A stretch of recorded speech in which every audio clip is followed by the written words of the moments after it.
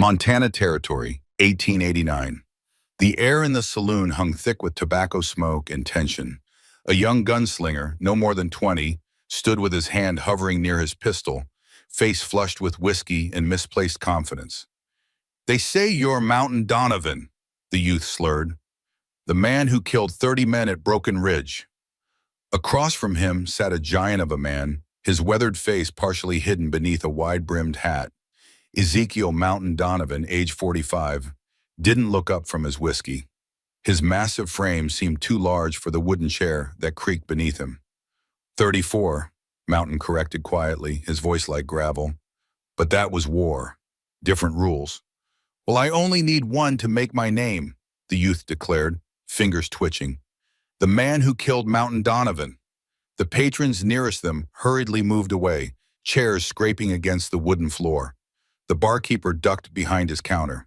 No one wanted to be in the line of fire when a fool challenged a legend. Mountain sighed deeply. "Son, whatever you're looking to prove, there are better ways." "Draw, old man." The youth's hand moved to his gun, but before he could clear leather, a shot cracked through the saloon. The young man's pistol clattered to the floor along with a spray of blood from his shattered wrist. He collapsed, howling in pain. Mountain stood, his Winchester .73 rifle somehow in his hands, though no one had seen him reach for it. The barrel wasn't even pointed at the boy anymore. Just a quick aim, fire, and return to rest position in one fluid motion. "I didn't want to kill you," Mountain said, towering over the sobbing youth. "The age of gunfighters is ending. Learn to build something instead of destroying it." He tossed a gold coin to the barkeeper. "For the doctor and his lesson." When Mountain stepped outside, the entire street fell silent. Men stopped mid-conversation. Women hurried children inside. Even the horses seemed to sense the presence of something dangerous. Mountain Donovan was a legend in these parts, 6'8" of muscle and scars, a Civil War veteran who'd fought for the Union and then made his name as a scout, bounty hunter, and occasional peacemaker throughout the West. His Winchester .73 was said never to miss, and the notches on his belt told a story most men wouldn't live long enough to complete. But legends grow old too. Gray-streaked Mountain's dark hair and beard now.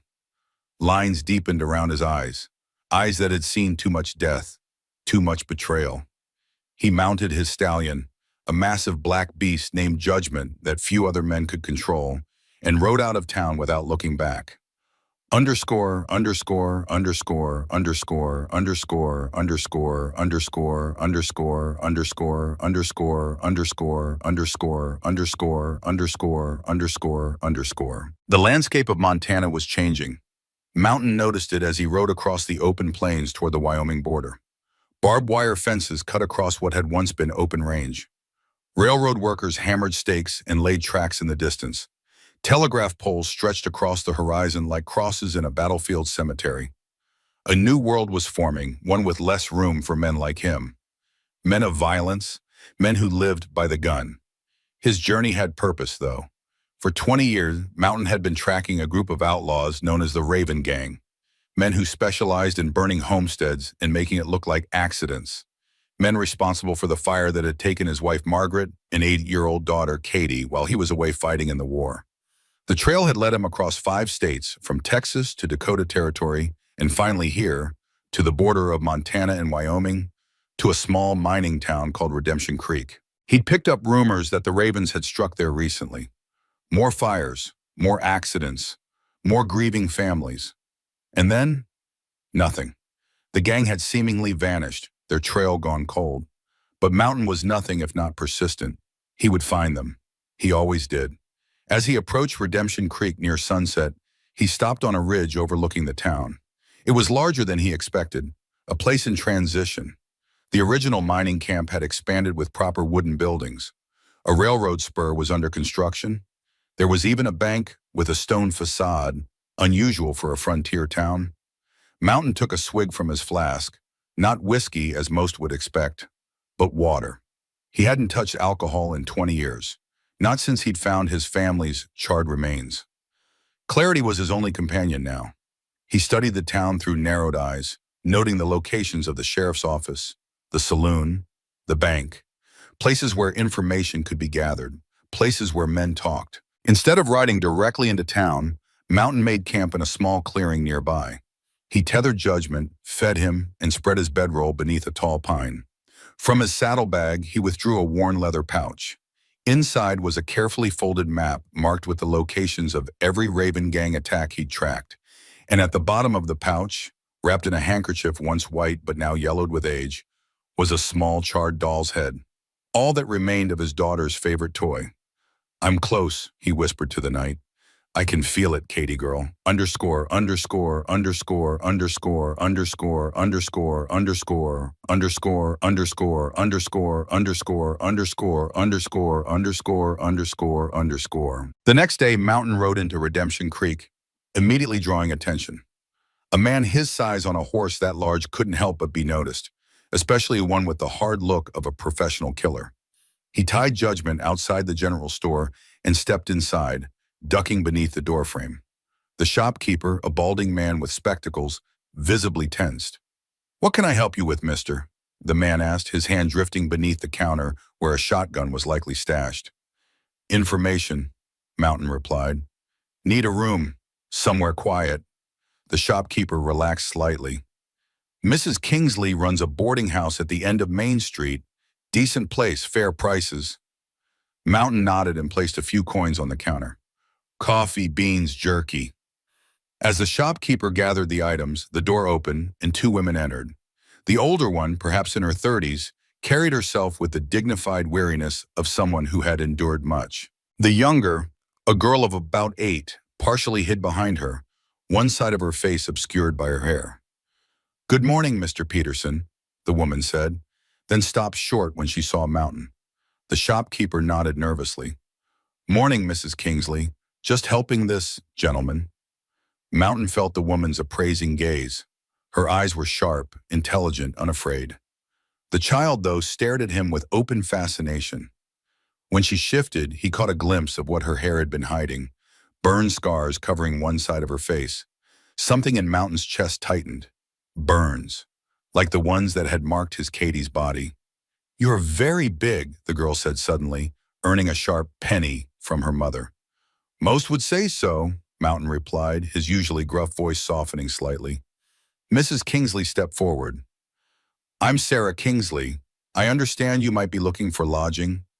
Mountain nodded. "Well, the boarding house has a vacant room. Clean sheets, hot meals, fair price. You're welcome if you can abide by the rules." "Which are?" "No fighting, no drinking to excess, no entertaining women, and you pay in advance." Mountain almost smiled. "Almost. Won't be a problem." He gathered his supplies and followed the women outside. As they walked down the street, he noticed several men watching from the shadows of the bank. One in particular, well-dressed, with an air of authority, observed them with undisguised interest. "Who's the man at the bank?" Mountain asked quietly. Sarah's spine stiffened. "Harrison Blackwater. Owns half the town, wants the other half." "Including your boarding house?" "Especially my boarding house. It sits on the planned railway junction." They reached a large 2-story house with a wide porch. It was well maintained but showed signs of age, peeling paint, a loose shutter. The girl, Penny, raced ahead and disappeared inside.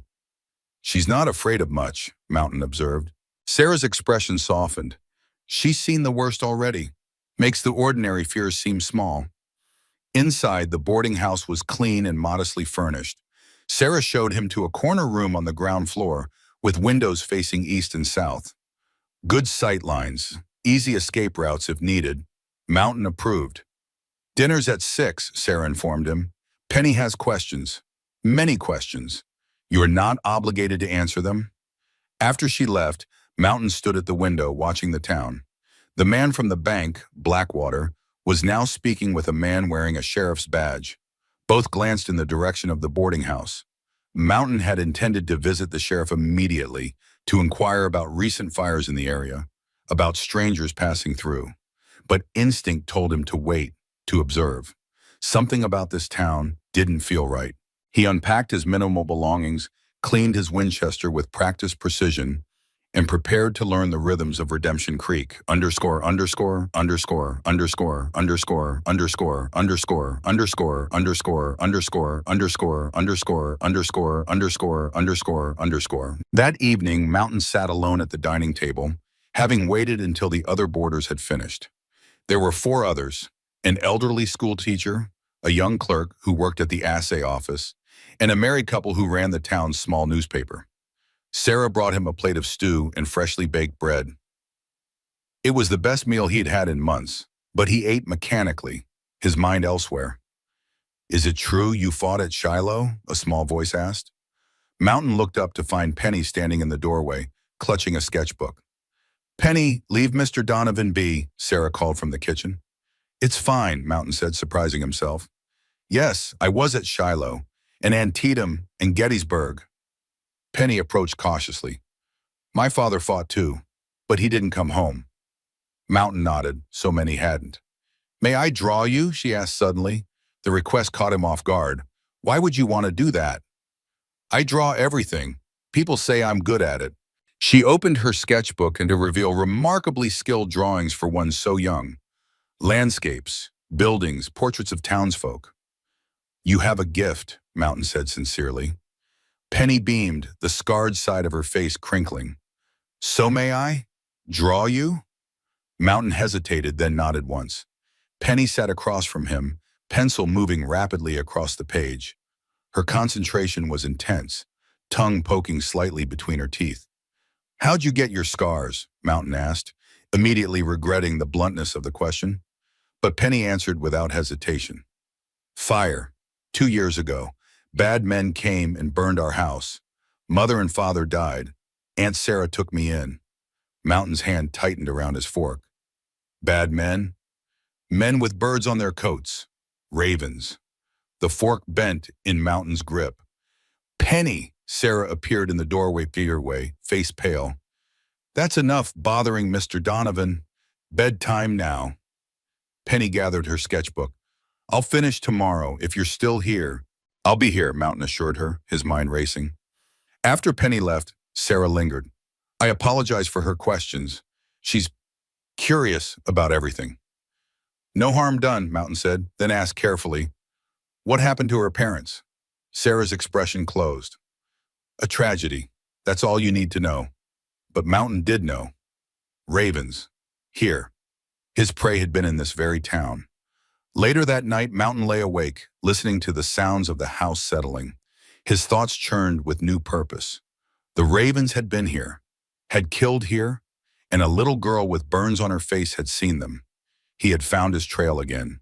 A woman's scream shattered the night's quiet. Mountain was on his feet instantly, Winchester in hand. The scream came again, from outside near the back of the boarding house. He moved silently through the darkened house and out the back door. In the moonlit yard, a large man was gripping Sarah by the arm, his other hand raised to strike her. "Blackwater wants his answer tomorrow," the man growled. "Sell or burn, your choice." "Please," Sarah begged. "Maxwell, there are children here." "Stop," came a small, fierce voice. Penny stood on the back porch in her nightgown. "Get inside, girl," Maxwell snarled. "Let her go." Mountain's deep voice cut through the night like a blade. The Winchester's hammer clicked as he cocked it. Maxwell froze, then slowly released Sarah. "This ain't your business, stranger." "Made it my business." Mountain stepped fully into the moonlight, the rifle steady. "Walk away now." Maxwell's eyes narrowed, assessing the threat. Whatever he saw in Mountain's face made him step back. "This ain't over. Blackwater doesn't take no for an answer." "Neither do I." After Maxwell stalked off into the darkness, Sarah rubbed her arm where bruises were already forming. "You shouldn't have interfered. You've just made yourself a target." "Been one most of my life," Mountain replied, scanning the darkness for any other threats. "Who is Blackwater, really?" Sarah sighed heavily. "Harrison Blackwater. Came here 5 years ago, bought the bank during the financial panic. Now he's buying up the whole town, piece by piece. Those who won't sell face accidents. Like fires." Sarah's sharp intake of breath was answer enough. "Inside," Mountain directed. "Both of you." Once they were back in the house, Sarah sent Penny to bed despite her protests. When the girl was gone, Sarah faced Mountain. "Why are you really here, Mr. Donovan? What brings a man like you to Redemption Creek?" Mountain considered his words carefully. "I'm hunting. Men who burn homes and kill families. Men who leave ravens as their mark." Sarah paled. "The Raven Gang. They were here 2 years ago, a series of fires, including the one that killed Penny's parents." Sarah nodded slowly. "Thomas and Mary Elliott. Good people. Mary was my cousin. The official report called it an accident, but..." She shook her head. "But Penny saw something." "She saw everything," Sarah whispered. "Hid in a root cellar while they..." She couldn't continue. Mountain's jaw tightened. "These men, they still here?" "Gone, disappeared after the last fire, but..." She hesitated. "But..." Strange things started happening after they left. Blackwater began buying properties, the ones damaged in the fires, at prices well below value, and anyone who asked questions had accidents. Mountain processed this information. "The sheriff?" Sarah's laugh was bitter. "Jenkins? He does what Blackwater tells him, they all do." Mountain nodded once. "Get some sleep, Mrs. Kingsley. Lock your doors." As Sarah turned to leave, she paused. "What will you do now?" Mountain's eyes were cold as a winter sky. "What I've always done. Hunt." After she left, Mountain returned to his room, mind churning with new information. The Raven Gang had been here, had killed here, then vanished. And in their wake, this man Blackwater had consolidated power. It was no coincidence. Mountain was sure of it.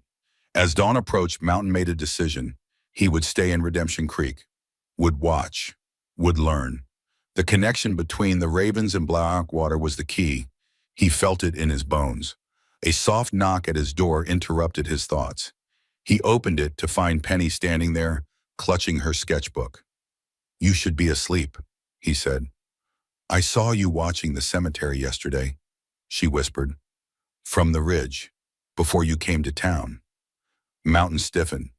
The child was more observant than he'd realized. "You're looking for them, aren't you? The Birdmen." Mountain knelt to her level. "What do you know about the Birdmen, Penny?" Penny opened her sketchbook. Inside were detailed drawings of men, faces rendered with unsettling precision.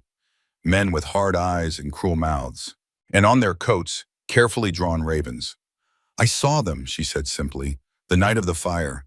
They didn't see me." Mountain's pulse quickened. These were the clearest images he had ever seen of his prey. "May I?" he asked, reaching for the book. Penny handed it over. "There's more. Come with me." Despite his better judgment, Mountain followed the child through the sleeping house and outside. The eastern sky was just beginning to lighten as Penny led him to the town cemetery.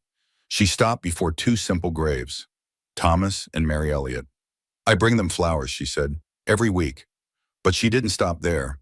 She continued deeper into the cemetery, to older graves partially overgrown. 6 of them, all with the same date of death 2 years earlier. "The other fires," Mountain murmured. Penny nodded. "But that's not what I wanted to show you." She led him to yet another grave, this one fresher than the others, but still a year old at least. The headstone read, "John Davis, beloved husband and father." "Sarah's husband," Penny explained. "He was a lawyer. He was asking questions about the fires, about Blackwater. They said he fell from his horse and broke his neck." "But you don't believe that?"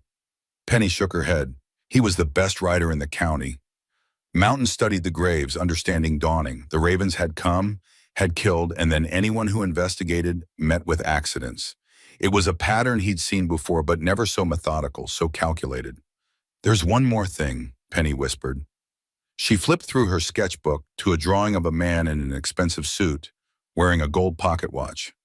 Even in pencil, his eyes held a cold intelligence. "Blackwater," Mountain guessed. Penny nodded. I saw him the night of the fire. He wasn't with the Birdmen, but he was watching. From the trees. I didn't tell anyone, not even Sarah." Mountain's blood ran cold. "Why are you telling me now?" "Because you're hunting them too," Penny said simply. "I can tell. You have the same look in your eyes that I do, when you remember the fire." The dawn light crept over the horizon, illuminating the graveyard and the unlikely pair standing in it, a giant of a man and a small, scarred girl, bound by tragedy and fire. You should go back, Mountain said. Your aunt will worry. Will you stay in Redemption Creek? Mountain looked at the graves, at the drawing of Blackwater, at the child who had survived horror and still had the courage to face each day. Yes, he said finally, I'll stay. As they walked back toward the boarding house, the town was beginning to stir, and watching from the window of the bank, a tall figure with cold eyes observed them through a brass spyglass. Harrison Blackwater lowered the spyglass, his expression thoughtful. He opened a drawer and removed a sheet of paper, a wanted poster offering $5,000 for Ezekiel Mountain Donovan, dead or alive, for the murder of 3 men in Colorado Territory. Blackwater smiled thinly and slipped a gold watch from his pocket, checking the time. Things were about to get interesting in Redemption Creek. Outside, as Mountain and Penny approached the boarding house, Sarah burst through the front door, her face tight with worry. Penny, where have you been? I was terrified. We were just visiting Mother and Father, Penny explained. Sarah looked at Mountain, suspicion and gratitude warring in her expression. Thank you for accompanying her, but please let me know next time. Mountain nodded, then tensed as he saw 3 riders approaching the boarding house. The man in the center was impeccably dressed in an Eastern suit, his silver hair and neatly trimmed beard giving him a distinguished appearance. On either side rode hard-looking men, one of whom Mountain recognized as Maxwell from the previous night. Mr. Blackwater, Sarah acknowledged stiffly. Blackwater tipped his hat. Mrs. Kingsley, beautiful morning, isn't it? His gaze shifted to Mountain. And you must be our new visitor, Ezekiel Donovan, if I'm not mistaken. Mountain's hand drifted closer to his gun. You have me at a disadvantage. Blackwater smiled, but the expression didn't reach his eyes. Harrison Blackwater, at your service. I own the bank and various other concerns in our growing community. He reached into his jacket and Mountain tensed, but Blackwater merely withdrew a gold pocket watch, the very one from Penny's drawing. I understand you're something of a legend, Mr. Donovan, Blackwater continued, a man of remarkable talents. I could use someone like you in my organization. Not interested, Mountain replied flatly. Blackwater's smile didn't waver. Don't be hasty. Redemption Creek is changing. The railroad is coming. Telegraph lines, progress. Men like us need to adapt, don't you think? Men like us? Men of vision, men who understand that the future belongs to those bold enough to seize it. Blackwater pocketed his watch. Think about it. I pay well and I reward loyalty handsomely. He turned to Sarah. Mrs. Kingsley, I trust you've reconsidered my offer? The deadline is tomorrow. Sarah's jaw tightened. My answer remains the same, Mr. Blackwater. This house is not for sale. A pity. Well, perhaps our new friend here can help you see reason. Blackwater tipped his hat again. Good day, Mr. Donovan. I do hope we'll speak again soon. As the 3 riders moved away, Mountain watched them carefully. There was something about Blackwater that nagged at his memory, something he couldn't quite place. He knows who you are, Sarah said quietly. Seems so. Are you in trouble with the law? Mountain shook his head. Not the real law. But I've made enemies, Sarah sighed. Haven't we all? She ushered Penny inside, then paused at the door. Mr. Donovan, be careful. Blackwater doesn't make idle threats.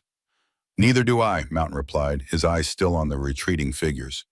Inside, he found Penny waiting for him, her face serious beyond her years. The Birdmen, she said. They work for him, don't they? For Blackwater. Mountain considered the child's question. I think so, Penny, but I need proof. Penny nodded solemnly. I'll help you find it. And as the sun rose fully over Redemption Creek, Mountain realized he'd found more than just the trail of his prey. He'd found allies in the most unexpected places, a widowed boarding house owner and a scarred little girl with the courage of someone 3 times her age.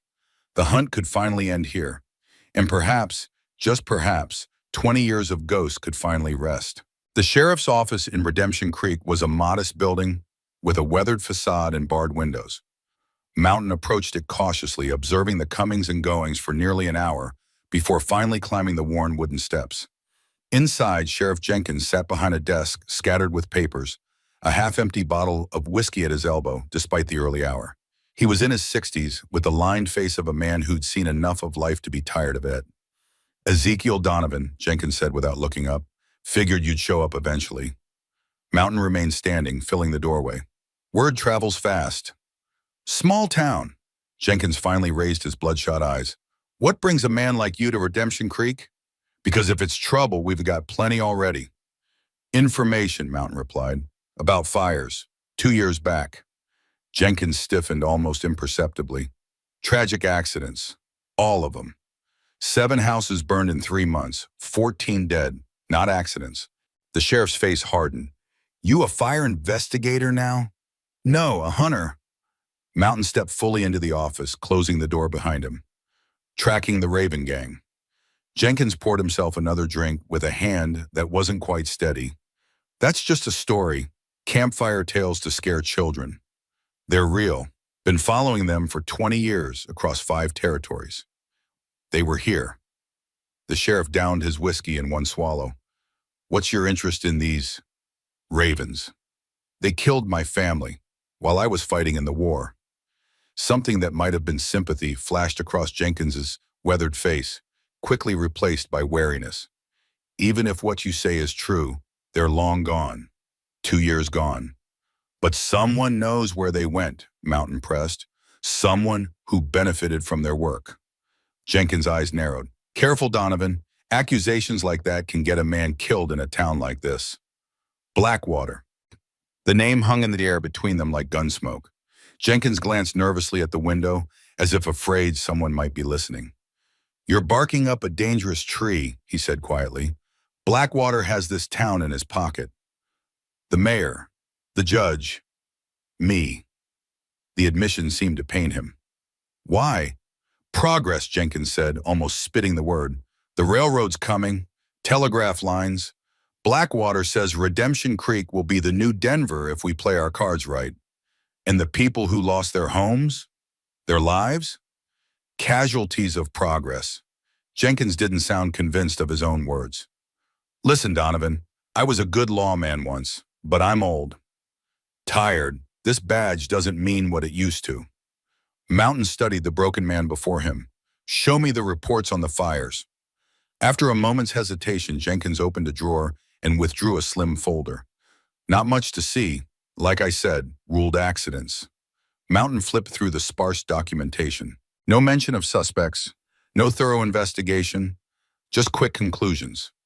Probable kitchen fire. Lantern overturned. Stove left unattended. This is negligence, Mountain growled. It's survival, Jenkins corrected. Last man who looked too closely was John Davis, Mrs. Kingsley's husband. Lawyer. Found him with a broken neck at the bottom of Devil's Ridge. Horse spooked, they said. And you believe that? Jenkins looked away. Didn't matter what I believed. Message was clear. Don't ask questions. Mountain closed the folder. I'm not afraid of Blackwater or his men. You should be. Jenkins leaned forward. There's something wrong about him. The way he watches people, calculates like he's measuring the distance to their throats. A memory stirred in Mountain's mind, distant and hazy. Something from the war, perhaps. A Confederate officer with that same calculating gaze. The girl, Penny Elliott, Mountain said. She saw something the night of the fire. Made drawings. Jenkins' expression changed. The child's confused, traumatized. Those drawings don't prove anything. Where are they? The sheriff hesitated, then sighed heavily. Locked in my safe. Blackwater insisted I keep them for evidence. Never gave them back to the poor child. I want to see them. That's not possible. The combination... Sheriff, Mountain cut him off, his voice deadly quiet. Those drawings might be the only evidence of who killed that child's parents. Who killed my family. I'm going to see them, today, with or without your cooperation. The threat hung in the air. Jenkins studied Mountain's face and seemed to reach a decision. Tonight, he said finally. After dark. Meet me behind the livery stable. And Donovan, come armed, just in case. Underscore, underscore, underscore, underscore, underscore, underscore, underscore, underscore, underscore, underscore, underscore, underscore, underscore, underscore, underscore, underscore. Sarah Kingsley found Mountain on the porch of the boarding house, whittling a piece of pine with a hunting knife. His massive hands worked the wood with surprising delicacy. "You went to see Jenkins," she said, sitting in the rocker beside him. Mountain nodded, continuing his work. The wood was taking the shape of a small horse. "And?" "He's afraid, but he's agreed to show me Penny's drawings tonight." Sarah's eyes widened. "After all this time? I'd given up hope of ever seeing those again." She watched his hands work. "You're good with wood." "My father was a carpenter, taught me before the war." Mountain rarely spoke of his past, but something about Sarah's quiet presence made it easier. "Used to make toys for my daughter." "Katie," Sarah said softly, "Penny told me about the fire." Mountain's hands stilled. "She talks too much. She's been alone with her nightmares for 2 years. You're the first person she's met who understands." They sat in silence for a moment, the only sound the scrape of Mountain's knife against wood. "Blackwater's men have been watching the house," Sarah finally said, "ever since you arrived. I noticed. Are you truly planning to go against him? A man like that, with his money, his connections, he's more dangerous than any gunslinger." Mountain's eyes remained on his carving. Men like Blackwater believe money and power make them untouchable. They've never faced someone with nothing left to lose. Sarah studied him, this giant of a man with death in his hands and grief in his eyes. "Is that what you are? A man with nothing to lose?" Before Mountain could answer, hoofbeats approached. 3 riders stopped in front of the boarding house. In the center was a man Mountain hadn't seen before, middle-aged, balding, with an expensive suit and a nervous demeanor. "Mrs. Kingsley," the man called. "A word, if you please." Sarah sighed and stood. "Mayor Wilcox, what can I do for you?" The mayor dismounted awkwardly. "It's about your situation, the boarding house. I've spoken with Mr. Blackwater, and he's willing to increase his offer. Substantially." He glanced nervously at Mountain. "Who is this?" "A guest," Sarah replied. "And whatever Blackwater's offering, the answer is still no." Mayor Wilcox mopped his brow with a handkerchief. "Mrs. Kingsley, please be reasonable. Progress is coming to Redemption Creek, whether we want it or not. The railway junction will be built. If not on your land, then elsewhere, and the town's prosperity will go with it." "My husband built this house," Sarah said firmly. "It's all Penny and I have left of him. It's not for sale." The mayor's expression hardened. "I had hoped you'd be sensible, but if you insist on standing in the way of progress." He nodded to the men behind him, who dismounted and approached the porch. "These gentlemen will help you understand the gravity of your situation." Mountain stood, unfolding his massive frame to its full height. Suddenly the porch seemed much smaller, more crowded. The thugs hesitated. "The lady said no," Mountain said quietly. Mayor Wilcox paled. "This is town business, stranger. I suggest you stay out of it." "This is my home," Sarah interjected, "and he's my guest. Now get off my property before I have him throw you off." The mayor looked at Mountain, then at his hired muscle, who seemed distinctly uncomfortable. "This isn't over, Mrs. Kingsley. Think of Penny, if not yourself." As they retreated, Sarah's shoulders sagged. "They'll be back, with more men." "Let them come," Mountain said, returning to his carving. Sarah watched him work for a moment. "What are you making?" Mountain held up the nearly completed wooden horse. "For Penny. Notice she doesn't have many toys." Something in Sarah's expression softened. "Thank you, underscore, underscore, underscore, underscore, underscore, underscore, underscore, underscore, underscore, underscore, underscore, underscore, underscore, underscore, underscore, underscore." That evening, Penny sat cross-legged on the porch, carefully examining the wooden horse Mountain had given her. The craftsmanship was exquisite, flowing mane, detailed musculature, even tiny hooves that allowed it to stand on a flat surface. "What will you name him?" Mountain asked, cleaning his Winchester with methodical care. Penny considered this seriously. "Hope," she decided, "because that's what you brought with you." Mountain's hands stilled momentarily. "I'm just passing through, Penny. That's what all the knights say in the stories, before they slay the dragon and save the kingdom." She traced the wooden horse's mane. "Blackwater's the dragon, isn't he? Blackwater is just a man. Men can be killed." Penny's eyes widened at his bluntness. "Is that what you're going to do? Kill him?" "If necessary," Mountain replied, returning to his rifle. "But first, I need to understand what I'm dealing with. Penny nodded solemnly. That's why you're meeting Sheriff Jenkins tonight, to see my drawings.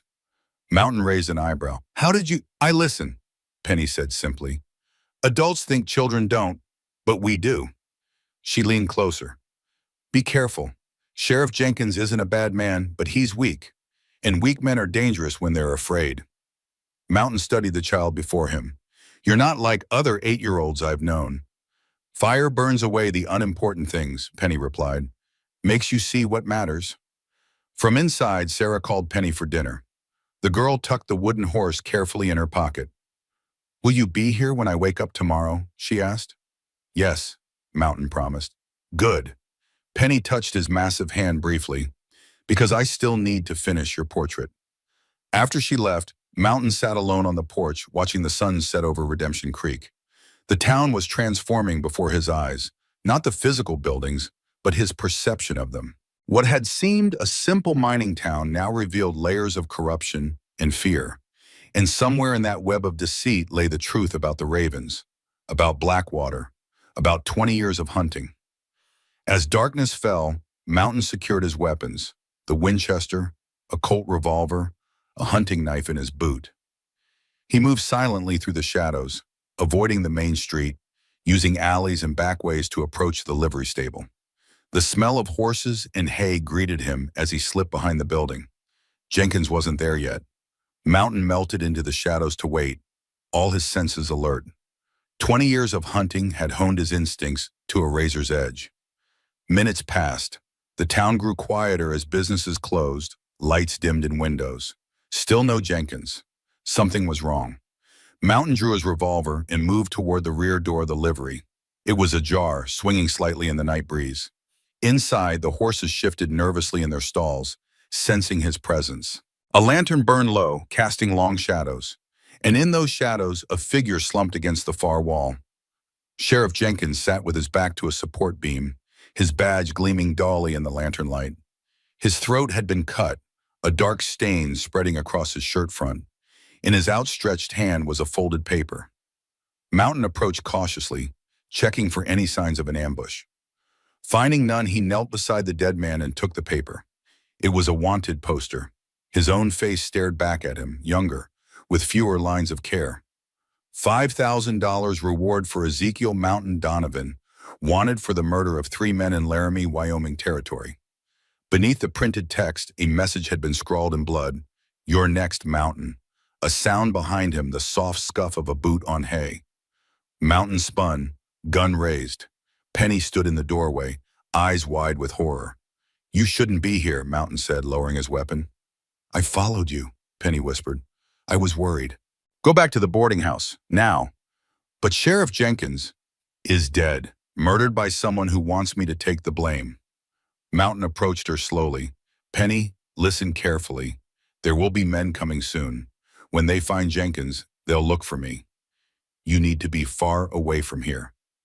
But Penny wasn't looking at him.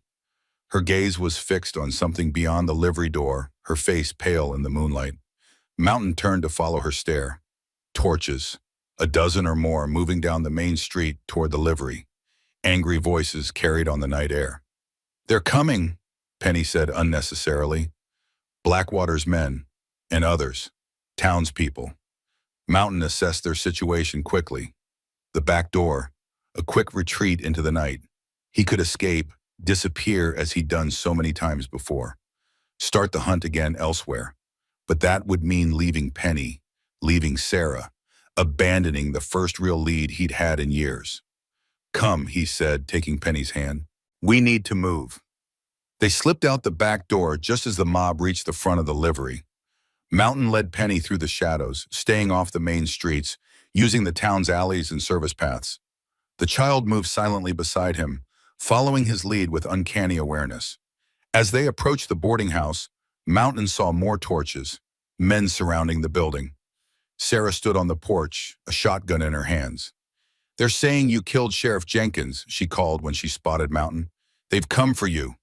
It's a setup, Mountain replied. Blackwater's work. I know, Sarah said grimly. They're searching every house in town. Won't be long before they come here. Mountain made a quick decision. Pack what you need, both of you. We're leaving. Running? Sarah challenged. Tactical retreat, Mountain corrected. Can't fight them all, not tonight.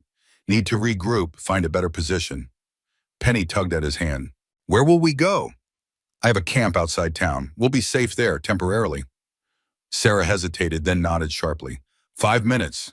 No more. While Sarah and Penny gathered their essential belongings, Mountain prepared Judgment and 2 additional horses from the boarding house stable. He could hear the mob growing closer, their anger feeding on itself like a wildfire. Sarah emerged with a small valise and her shotgun. Penny carried only her sketchbook and the wooden horse. Mountain helped them mount, then swung onto Judgment's back. Stay close, no talking, follow my lead, he instructed. They rode out the back way, keeping to the shadows, avoiding the main streets now filled with torch-bearing searchers. At the edge of town, a voice called out, "There, it's Donovan!" Shots rang out. Mountain returned fire, not aiming to kill but to create confusion. They spurred their horses to a gallop, racing into the darkness beyond the town limits. Behind them, Redemption Creek burned with torchlight and hatred, fueled by Blackwater's lies. And somewhere in that town, in a safe now unguarded by its dead keeper, Penny's drawing still held the truth of Mountain sought, the truth he would return for, no matter the case. Underscore, underscore, underscore, underscore, underscore, underscore, underscore, underscore, underscore, underscore, underscore, underscore, underscore, underscore, underscore, underscore. Dawn found them at Mountain's camp, a well-concealed hollow surrounded by pines. Sarah had maintained a stoic silence throughout their flight, but as the adrenaline faded, her shoulders sagged with exhaustion. We've lost everything, she said quietly. The boarding house, our home. They wanted us gone, Mountain replied, building a small fire. But they didn't want us dead, not yet. That tells us something. What? Sarah demanded. That we're still a threat, that Blackwater fears what we know. Penny, who had been unusually quiet, looked up from where she sat sketching on a flat rock. He's afraid of my drawings, the ones Sheriff Jenkins had. Mountain nodded. They proved the connection between Blackwater and the Ravens. We need to get them back, Sarah said. We will. Mountain checked his ammunition, calculating odds and strategies. But first, we need to understand what we're facing. Why Blackwater wants your boarding house so badly. Why he's willing to kill to get it. The railway junction, Sarah replied. That's what Mayor Wilcox said. Mountain shook his head. That's the public reason. There's something else. Something valuable enough to murder for. Gold, Penny said suddenly. Both adults turned to her. The original strike was under the eastern part of town, where our boarding house stands. That's what my father told me before he died. Sarah looked shocked. Thomas knew about gold beneath the boarding house? Penny nodded. He said it was our secret, that bad men would want it if they knew. Mountain processed this information. That explains a lot. Blackwater's interest isn't just about the railway. He wants what's beneath the town. But how would he know, Sarah asked? The original strike played out years ago. Maybe he found new evidence, a geological survey, something that pointed to more gold. Penny returned to her drawing, adding details with intense concentration. The birdmen came first, then the fires. Then Blackwater bought what was left. Mountain moved to look over Penny's shoulder. She was drawing a detailed map of Redemption Creek, marking the locations of each fire that had occurred 2 years earlier. They form a pattern, Mountain realized. A circle, with your boarding house at the center. Sarah joined them, studying the crude map. My God, it wasn't random at all. Blackwater was clearing the area, Mountain concluded, removing anyone who might resist when he made his move. Using the Ravens to do his dirty work, Sarah added, then disposing of them afterward. Mountain's jaw tightened. Not all of them, not yet. He turned to Penny. In your drawings, the ones Jenkins has, did you show Blackwater clearly? Would someone recognize him? Penny nodded. I drew him watching from the trees. With his gold watch, his face is clear. Those drawings are proof of his involvement, Mountain said. Enough to bring the federal marshal.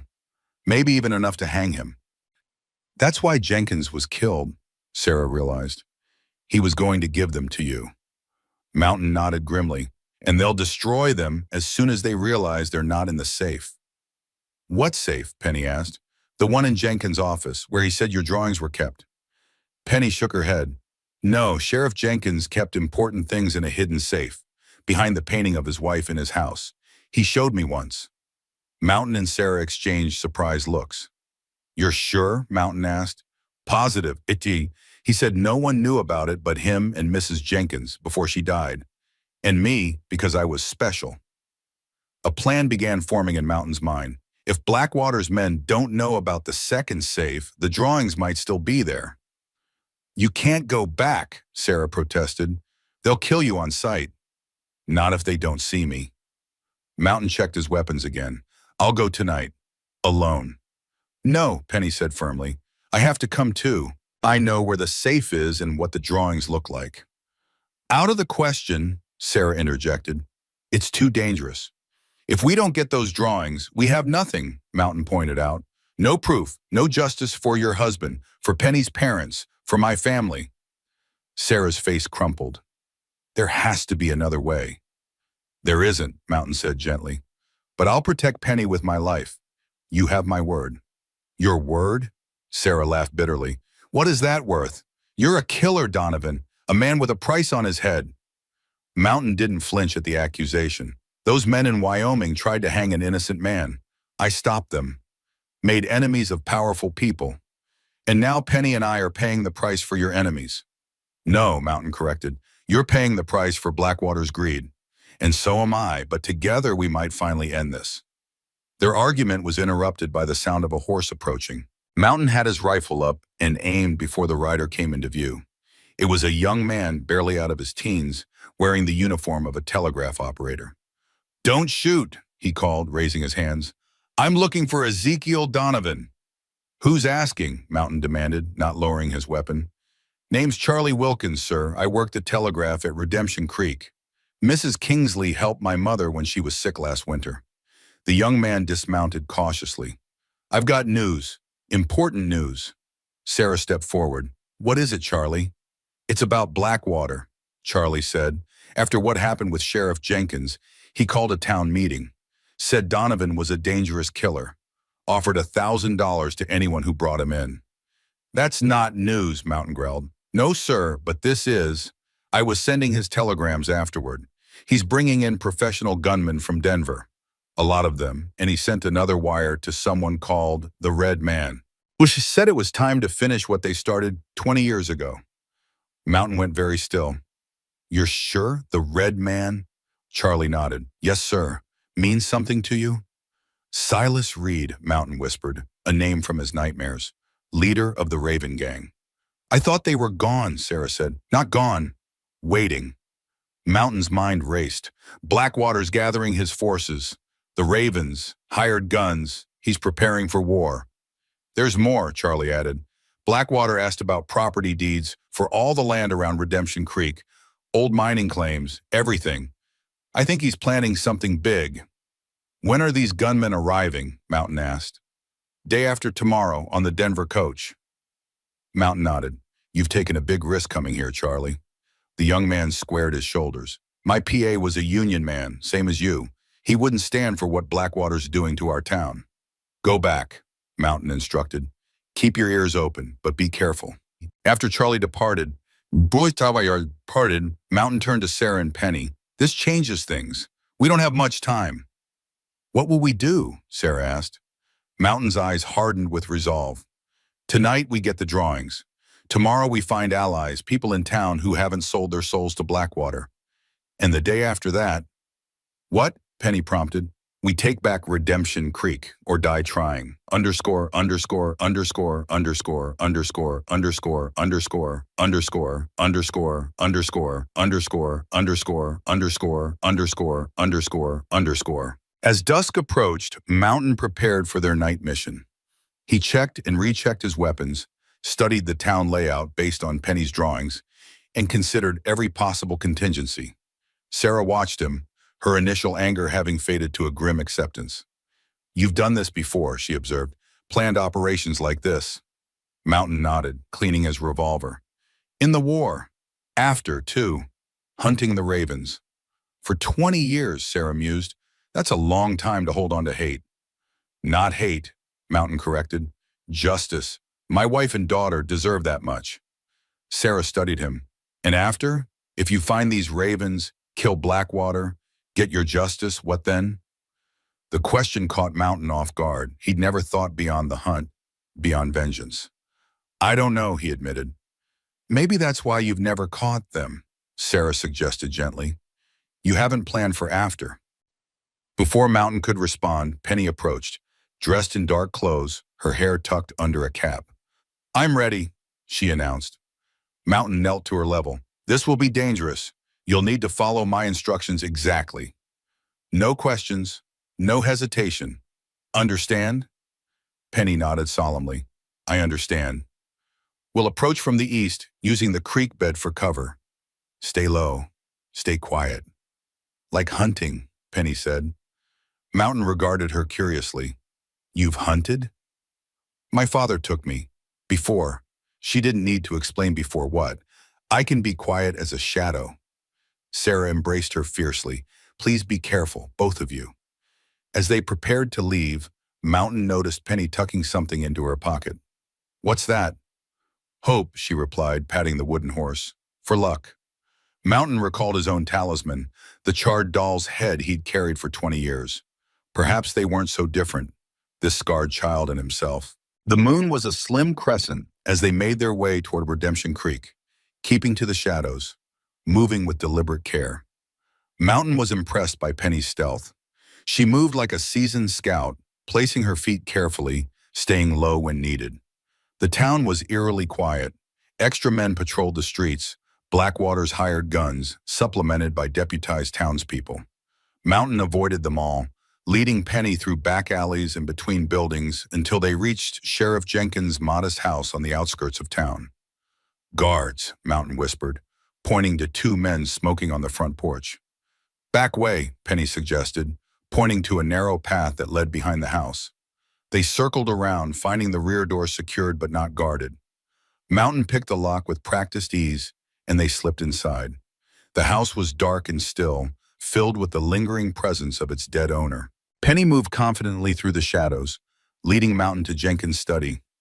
Above the fireplace hung a portrait of a stern-faced woman in her Sunday best. Mrs. Jenkins, Penny whispered. The safe is behind her. Mountain carefully removed the painting, revealing a small wall safe. Do you know the combination? Penny nodded. His wedding anniversary, 0517. Mountain turned the dial carefully, feeling each tumbler click into place. The safe door swung open silently, revealing several stacks of papers, a small bag of gold coins, and a leather portfolio. That's it, Penny whispered urgently. My drawings. Mountain removed the portfolio and opened it. Inside were a dozen detailed sketches, remarkable for their clarity and precision, especially coming from a child's hand. Men with ravens emblazoned on their coats, houses burning. And most damning of all, Harrison Blackwater, watching from the tree line, his gold watch clearly visible, his face rendered with unmistakable accuracy. These are incredible, Mountain murmured. No wonder he wants them destroyed. A floorboard creaked in the hallway. Mountain closed the portfolio and extinguished their small lantern, pulling Penny into the shadows behind the desk. The study door opened. A man entered, his silhouette backlit by the moonlight from the hall windows. He carried a lantern and a revolver. I know you're in here, Donovan, the man called softly. I saw you from the street. Mountain recognized the voice. Maxwell, Blackwater's enforcer. The girl too, Maxwell continued. Come out now and maybe I just take you to Blackwater instead of killing you both. Mountain signaled for Penny to stay hidden, then deliberately knocked a book from the desk. As Maxwell turned toward the sound, Mountain launched himself from the shadows, closing the distance before Maxwell could fire. They crashed against the wall, Mountain's massive hand clamping around Maxwell's gun wrist, forcing the weapon upward. A shot exploded, deafening in the confined space, sending splinters from the ceiling raining down. Run, Penny, Mountain shouted. Take the drawings and run. Maxwell fought with desperate strength, kneeing Mountain in the ribs. But the giant was relentless, smashing Maxwell's wrist against the wall until the gun clattered to the floor. Maxwell headbutted Mountain, splitting his lip, then drew a knife from his belt. Blackwater's going to pay me extra for your head, he snarled. The knife slashed toward Mountain's throat. He dodged, the blade slicing his shoulder instead. Mountain grabbed Maxwell's arm, using his superior strength to force the knife slowly back toward its owner. Outside, shouts and running footsteps announced the arrival of the guards from the front porch. Mountain didn't have much time. With a final surge of strength, he drove Maxwell's own knife into the man's chest. Maxwell's eyes widened in shock, then dimmed as he slid to the floor. Mountain retrieved his rifle and the dropped revolver, then peered out the study window. The back path appeared clear. Penny had made it out. The front door crashed open. More of Blackwater's men poured in, drawn by the gunshot. Mountain fired twice through the study door, not aiming to hit anyone but to buy time. Then he crashed through the window, rolling as he hit the ground, coming up with his rifle ready. A bullet whined past his ear. Mountain returned fire, dropping one pursuer, then sprinted for the cover of nearby trees. More shots followed him, but he zigzagged unpredictably, making himself a difficult target in the darkness. The shouts grew more distant as he put distance between himself and Jenkins' house. Mountain circled wide around the town, heading for their predetermined meeting spot, a lightning-struck oak at the edge of the creek. Penny should be there, waiting with the drawings. Should be. But when he reached the oak, there was no sign of the girl. Mountain searched the area carefully, finding small footprints in the soft earth near the creek. They led toward town, not away from it. Penny had gone back. Fear, an emotion he'd rarely experienced in 20 years of hunting, clenched Mountain's gut. What was the child thinking? Why would she return to the very danger they'd just escaped? The answer came to him with sickening clarity. Sarah. Penny had gone to warn Sarah, because while they were breaking into Jenkins' house, Blackwater's men had been moving toward their camp. Mountain broke into a run, following the creek back toward their hideout, moving with reckless speed. The camp came into view, illuminated by torchlight. Too late. At least a dozen men surrounded Sarah, who stood defiantly before them, shotgun in hand. And riding into the clearing on a magnificent white stallion was a tall figure Mountain recognized instantly from Penny's drawings. Harrison Blackwater. But it wasn't Blackwater who made Mountain's blood freeze in his veins. It was the man beside him, with flame-red hair and a scarred face, holding a struggling Penny by the arm. Silas Reed, leader of the Raven Gang, the man who had burned Mountain's family alive 20 years ago. I know you're out there, Mountain, Reed called into the darkness. Come out now or watch history repeat itself. He pressed a pistol to Penny's temple, his scarred face twisted in a cruel smile. Fire is such a terrible what to do, isn't it? Especially for a child. Mountain's blood ran cold as he watched Silas Reed press the gun to Penny's temple. 2 decades of hunting, of following blood trails across 5 territories, and now the leader of the Raven Gang stood before him, not as desperate prey but as predator, holding an innocent child hostage. You have 30 seconds, Donovan, Reed called out, his scarred face twisting into a cruel smile. Show yourself or the girl dies. From her position surrounded by Blackwater's men, Sarah screamed, Run, Mountain! They'll kill us all anyway. Mountain assessed the situation with the cold precision of a veteran soldier. 12 men, all armed, Reed with Penny, Blackwater watching from his white stallion with the detached interest of a man observing an experiment. The odds were impossible, but Mountain had never cared about odds. I'm here, he called, stepping from the shadows, his Winchester held loosely at his side. Let the girl go. This is between us. Reed laughed, a harsh sound like breaking glass. After 20 years? No, Mountain. This is bigger than just us now. As Mountain advanced slowly into the clearing, he noticed something odd. Blackwater was staring at him with an intensity that went beyond the situation. There was recognition there. Personal hatred. Do you know me, Donovan? Blackwater asked, his cultured voice carrying easily across the clearing. Should I? I'm wounded.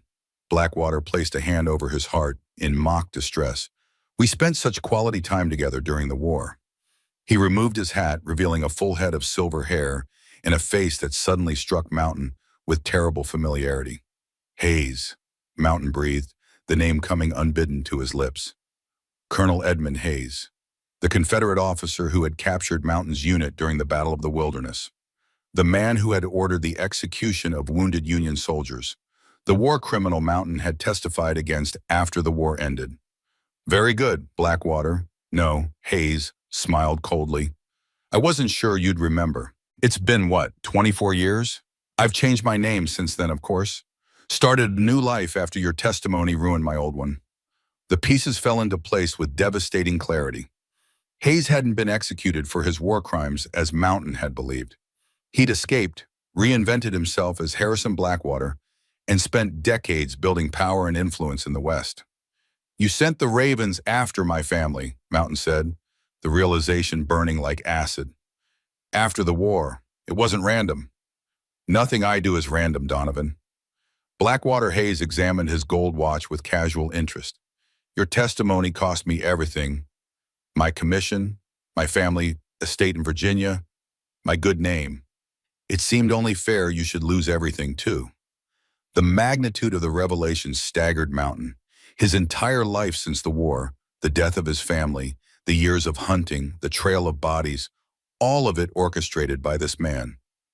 You've been following me, Mountain realized. Setting fires, leaving signs of the Ravens to keep me chasing ghosts. Not entirely. Blackwater gestured to Reed. The Ravens are quite real, as you can see, just under new management. My management. Reed grinned, tightening his grip on Penny, who stared at Mountain with white, frightened eyes. But beneath the fear, Mountain saw calculation. The child was waiting for an opportunity. Enough reminiscing, Blackwater continued. You have something I want, Donovan. The drawings. I don't have them, Mountain replied truthfully. Search him, Blackwater ordered. Two men approached cautiously. Mountain allowed them to take his weapons and search him, knowing they would find nothing. Penny had escaped with the drawings. Nothing, sir, one of the men reported. Blackwater's face hardened. Where are they, Donovan? Lost them when your men attacked at Jenkins's house. Reed pressed the gun harder against Penny's temple, causing her to whimper. You're lying. I'm not, Mountain replied, maintaining eye contact with Penny, trying to communicate without words. The drawings are gone. Something in his tone must have convinced Blackwater, because he cursed softly. It doesn't matter. The telegraph lines are down. The sheriff is dead. By the time any federal marshals arrive, I'll have consolidated my position. And what position is that exactly? Mountain asked, buying time, watching for any opening. You still don't see it, do you? Blackwater laughed. Redemption Creek sits on what might be the richest gold deposit in Wyoming territory. The original strikes barely scratched the surface. I've had geologists working in secret for years. There's a fortune beneath this town, beneath Mrs. Kingsley's boarding house, to be precise. So this was never about the railway junction, Sarah said bitterly. The railway is part of it, Blackwater admitted. Gold needs transportation, but the true value lies beneath your feet. He turned back to Mountain. You've been a thorn in my side for too long, Donovan. Tonight that ends. He nodded to Reed. Kill them all. Burn the bodies. Make it look like they attacked each other. Reed grinned and aimed his pistol at Mountain's chest. 20 years is a long time to wait, but worth it to see you die, Mountain. Mountain tensed, preparing for a desperate lunge. But before Reed could fire, an explosion of thunder cracked the night. Reed's face registered shock as a red stain blossomed on his chest. He stumbled backward, releasing Penny, who immediately dropped and rolled away. On the ridge above the clearing, a lone figure stood silhouetted against the night sky, rifle raised. A second shot took one of Blackwater's men in the shoulder. Run! Shouted a familiar voice. Sheriff Jenkins, very much alive. Chaos erupted.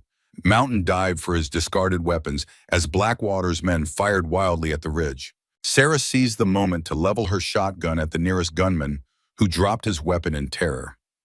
Penny scrambled toward Mountain, who scooped her up with one arm while firing his revolver with the other. They sprinted for the cover of the trees as bullets tore through the foliage around them. This way, Jenkins called from the ridge.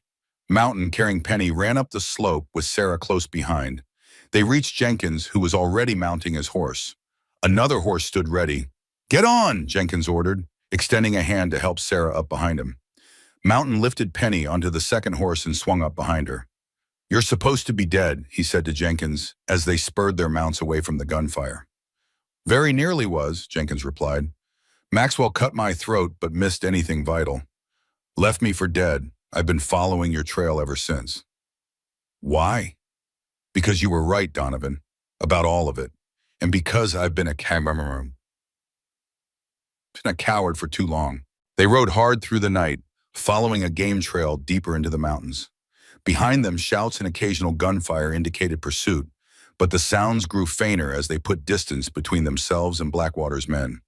Finally, they reached a small cabin tucked against a cliff face, well hidden among the pines. Jenkins dismounted stiffly, his neck bandaged with what looked like torn shirt sleeve. "Trapper's cabin," he explained. "Used it during winter hunts. No one knows about it except me." Inside, the cabin was sparse but defensible. One room with a stone fireplace, a narrow bed, and a rough wooden table. Jenkins lit a lantern, casting long shadows across the weathered walls. "How did you find us?" Mountain asked, setting Penny down gently. "Wasn't hard. Followed the tracks Blackwater's men left. They're not exactly subtle." Jenkins collapsed into the cabin's only chair, clearly exhausted. "Figured you'd need help. But why the deception? Letting everyone think you were dead?" Jenkins touched his bandaged neck. "Wasn't entirely by choice. Maxwell left me in that livery to frame you. By the time I came to, the town was in an uproar. Thought I'd be more useful if Blackwater believed I was dead." Sarah was examining Jenkins' wound. "This needs proper tending." "Later," Jenkins waved her away. "What happened with the drawings? Did you get them?" Mountain looked to Penny, who reached beneath her shirt and withdrew the leather portfolio, miraculously intact. "I hid them," she said simply, "when the shooting started." Jenkins smiled despite his pain. "Smart girl." Mountain opened the portfolio, examining the drawings again. "We need to get these to the federal marshal in Cheyenne." "That's a 2-day ride," Jenkins said, "and Blackwater controls the roads. Telegraph lines are cut. We're isolated." "Then we bring the fight to him," Mountain said grimly. "How?" Sarah demanded. "There are at least 20 armed men in Redemption Creek loyal to Blackwater. We're 4 people, one of them a child, 1 wounded." Mountain was about to respond when Penny spoke up. "We're not alone," she said confidently. "There are others in town who hate Blackwater. Mr. Peterson at the store, the miners at the Silver Cup Saloon, Charlie at the telegraph office." "Penny's right," Jenkins agreed. "Not everyone sold their soul to Blackwater. The town's divided." "Then we divide it further," Mountain decided. "Turn his people against him." "With what?" Sarah asked. Mountain held up the portfolio. "With the truth. Underscore, underscore, underscore, underscore, underscore, underscore, underscore, underscore, underscore, underscore, underscore, underscore, underscore, underscore, underscore, underscore. As dawn broke, Mountain stood at the cabin door, watching the surrounding forest for signs of pursuit.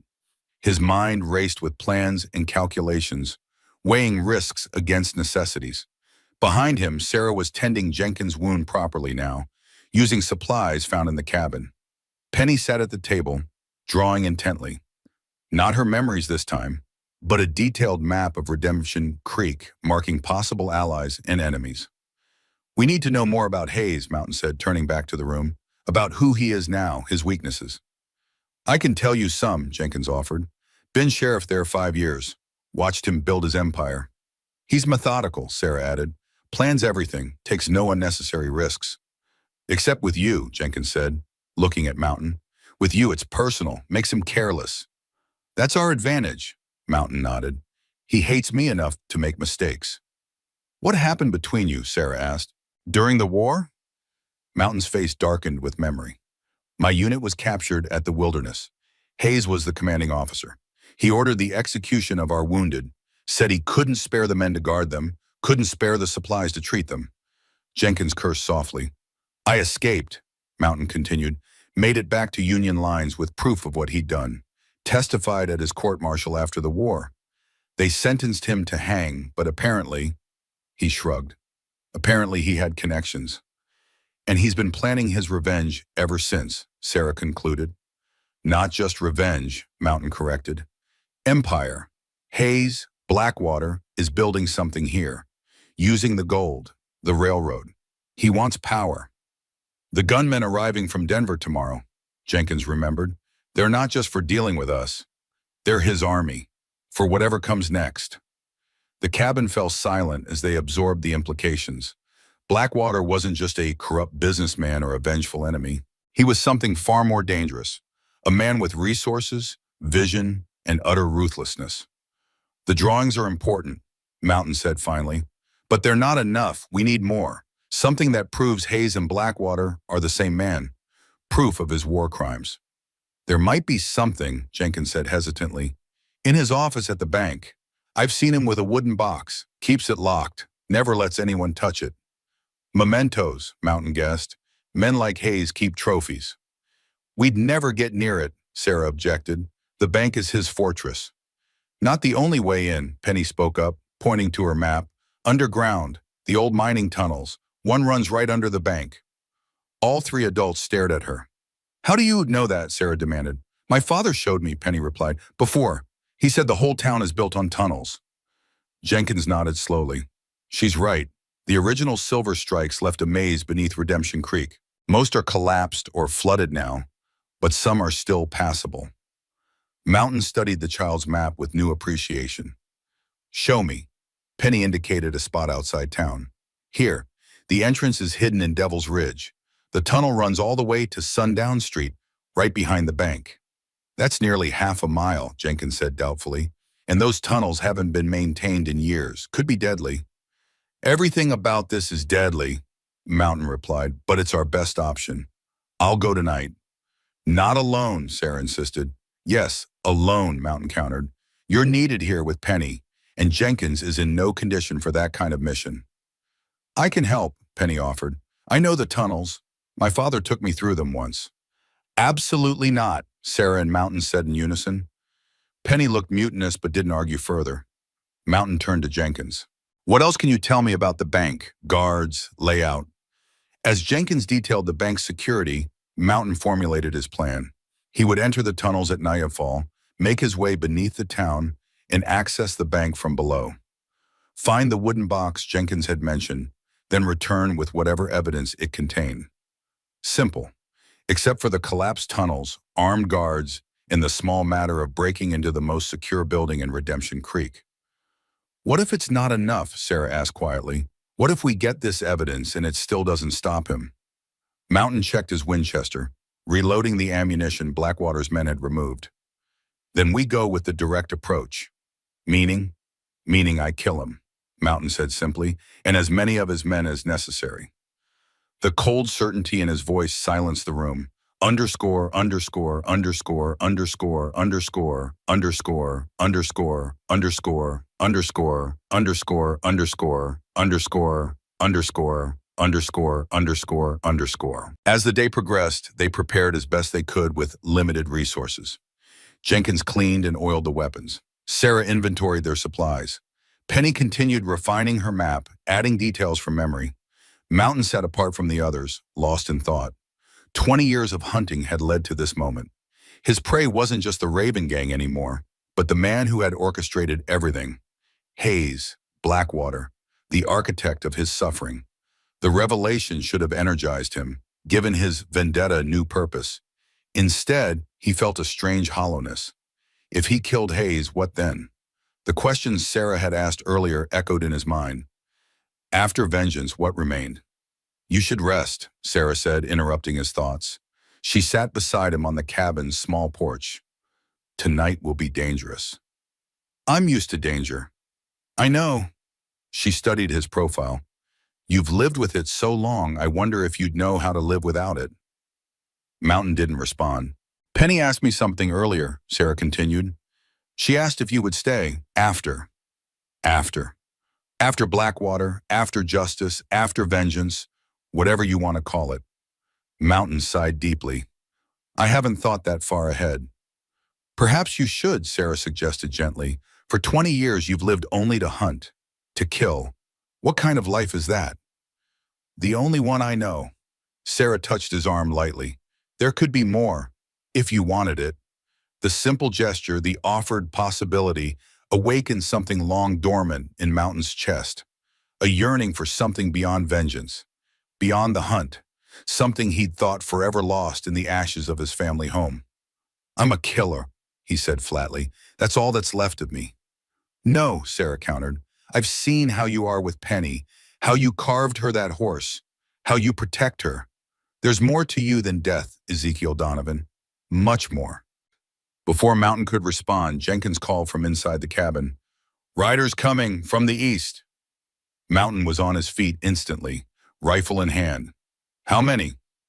"Can't tell yet," Jenkins replied, peering through the cabin's narrow window. "At least 4, moving slow."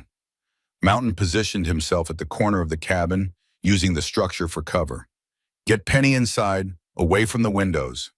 Sarah hurried to comply, while Jenkins took up position at the other window, his revolver ready despite his weakened condition. The riders emerged from the trees, 4 men on tired horses. Mountain recognized one immediately, Charlie Wilkins, the young telegraph operator. The others were strangers, though one wore the leather apron of a blacksmith. "It's Charlie," Mountain called to the others, "and some men from town." "Could be a trap," Jenkins warned. Mountain considered this, then stepped into view, rifle raised. "That's far enough," he called to the approaching riders. "State your business." Charlie reined in his horse, raising his hands to show they were empty. "Mr. Donovan, it's me, Charlie Wilkins. We've come to help." "Who's we?" "Friends," Charlie replied. "Men who hate Blackwater as much as you do." Mountain didn't lower his weapon. "Approach slowly, one at a time." Charlie dismounted and walked forward, hands still raised. "Blackwater's gone crazy, sir. After you escaped last night, he had 5 men publicly whipped for failing to catch you, declared martial law in Redemption Creek." "Who are these others?" Mountain demanded, indicating Charlie's companions. "This is Henrik Jorgensen," Charlie gestured to the blacksmith, a massive Swede with arms like tree trunks. "And the Thompson brothers, Sam and Will. They run the assay office." "Why are you here?" Henrik the blacksmith spat on the ground. "Blackwater killed my boy 2 years ago in one of the fires, called it an accident." "My wife was on that same night," Sam Thompson added grimly. "We've been waiting for a chance to fight back." "And now you have one," Charlie concluded. "There are more like us in town, waiting for a signal." Mountain finally lowered his rifle, though he remained wary. "What's happening in Redemption Creek now?" "Blackwater's bringing in more men," Charlie replied. "The Denver coach arrived early with a dozen gunmen. They're patrolling the streets, enforcing a curfew. Anyone who questions them is arrested." "And Reed, the man with red hair?" "Dead," Henrik confirmed with grim satisfaction. "You got him good last night." Mountain processed this information. Reed, the leader of the Ravens, the man who had burned his family alive, was dead. One piece of his vengeance was complete, but the mastermind, Hazeflash Blackwater, remained. "Come inside," Mountain decided. "We need to talk." In the cabin, introductions were made. Henrik and the Thompson brothers greeted Jenkins with surprise and relief, having believed him dead. Penny immediately took to Henrik, who, despite his fearsome appearance, showed a gentle manner with the child. "We were planning to gather evidence against Blackwater," Mountain explained. "Break into his office at the bank tonight." "Won't work," Sam Thompson shook his head. "He's moved everything valuable to the new vault. Sleeps in the bank now, too." "And the mining tunnels?" Mountain asked, indicating Penny's map.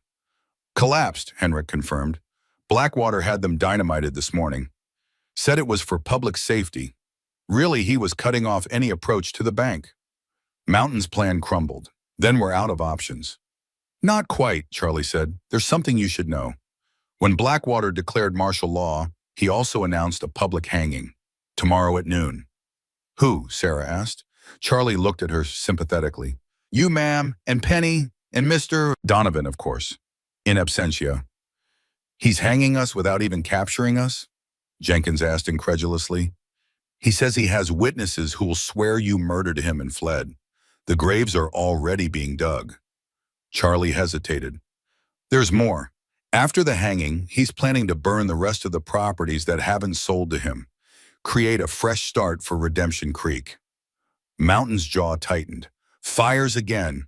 His signature." "But we're not even there," Sarah protested. "How can he hang us?" He doesn't need to actually hang you, Will Thompson explained. Just the appearance of justice. 3 empty nooses will serve his purpose. Show the town what happens to those who oppose him. Mountain paced the small cabin, mind racing. Their original plan was in shambles. Breaking into the bank was now impossible. The tunnels were collapsed. Blackwater was consolidating power by the hour. We need to get those drawings to the federal marshal, he said finally.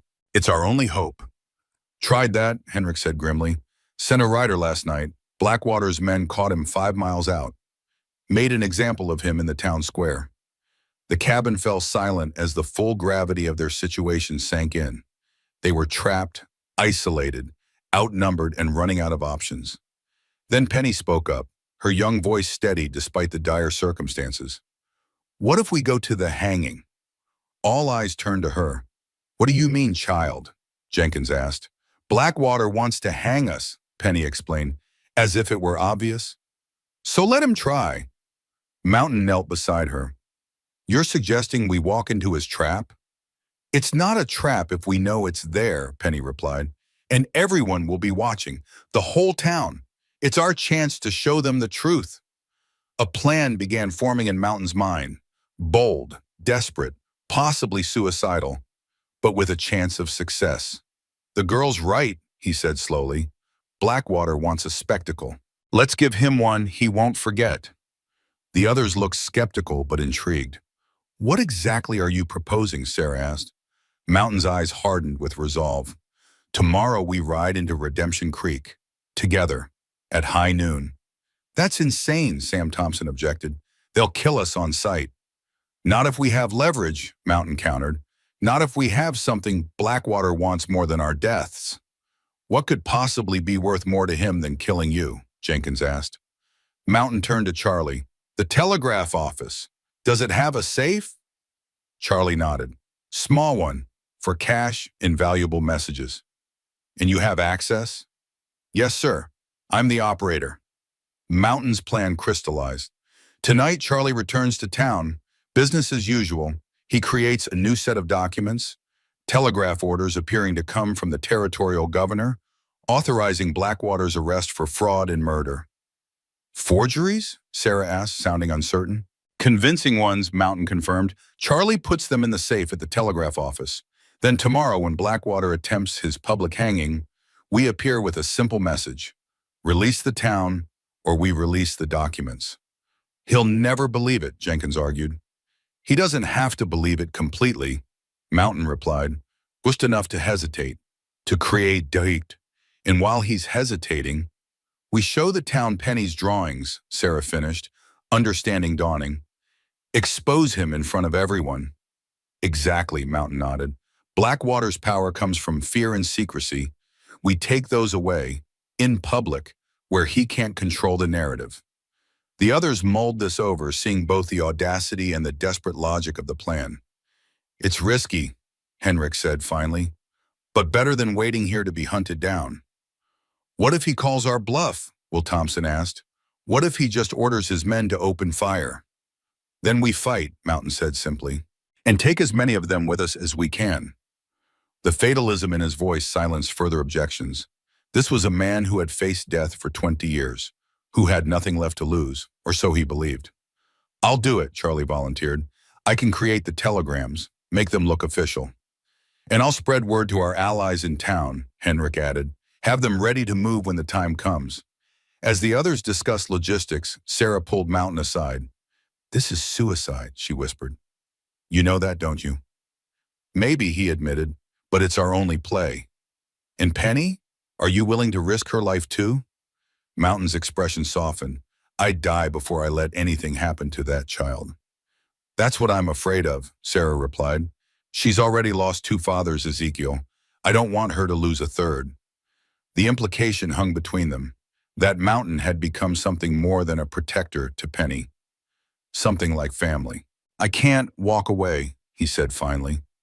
Not now, not when Hayes is finally within reach. Your vengeance matters more than your life, than ours. This isn't just about vengeance anymore, Mountain insisted. It's about justice. For everyone Hayes is hurt. For this town, for Penny's parents, for your husband. Sarah studied him intently, then nodded once. Very well. But promise me one thing. What? If, when we survive tomorrow, you'll consider that there might be a life waiting for you beyond killing, beyond hunting. Mountain couldn't bring himself to make a promise he wasn't sure he could keep. 20 years of vengeance had hollowed him out, left little room for anything else. Yet something was changing inside him. Had been since the moment Penny had fearlessly approached him with her sketchbook. I'll try, he said finally. That's all I can offer. Sarah's hand found his, warm and strong. It's a start. As night fell, they finalized their desperate plan. Charlie would return to town, create the forged documents, and place them in the telegraph office safe. Henrik and the Thompson brothers would spread word among trusted townspeople, preparing them for tomorrow's confrontation. Mountain, Sarah, Jenkins, and Penny would approach Redemption Creek at noon, timing their arrival to coincide with Blackwater's planned execution ceremony. It was a plan born of desperation, with a dozen ways to fail for every narrow path to success. But as Mountain watched Penny carefully showing Henrik her drawings, he found himself hoping, truly hoping for the first time in decades, that tomorrow wouldn't end in death. At least, not his death. For Hayes, however, Mountain had other plans. The dawn broke gray and somber over the mountains, as if nature itself sensed the gravity of the day ahead. Mountain stood outside the cabin, watching the first light touch the distant peaks. He'd slept little, his mind cycling through variations of their desperate plan, calculating odds, anticipating Blackwater's countermoves. Charlie had departed the previous evening, returning to Redemption Creek to lay the groundwork.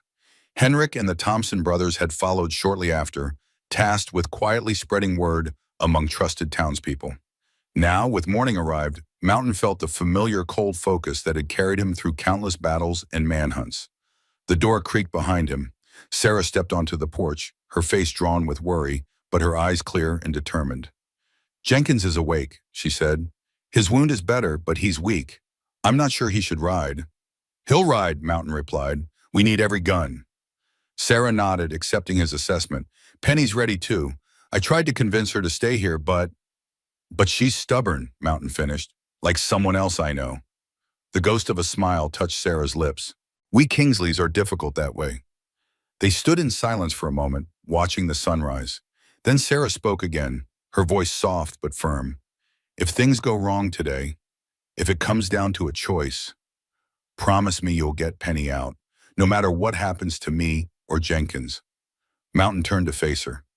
Nothing's going to happen to any of you. Promise me, Ezekiel. Sarah's eyes were insistent. She's lost too much already.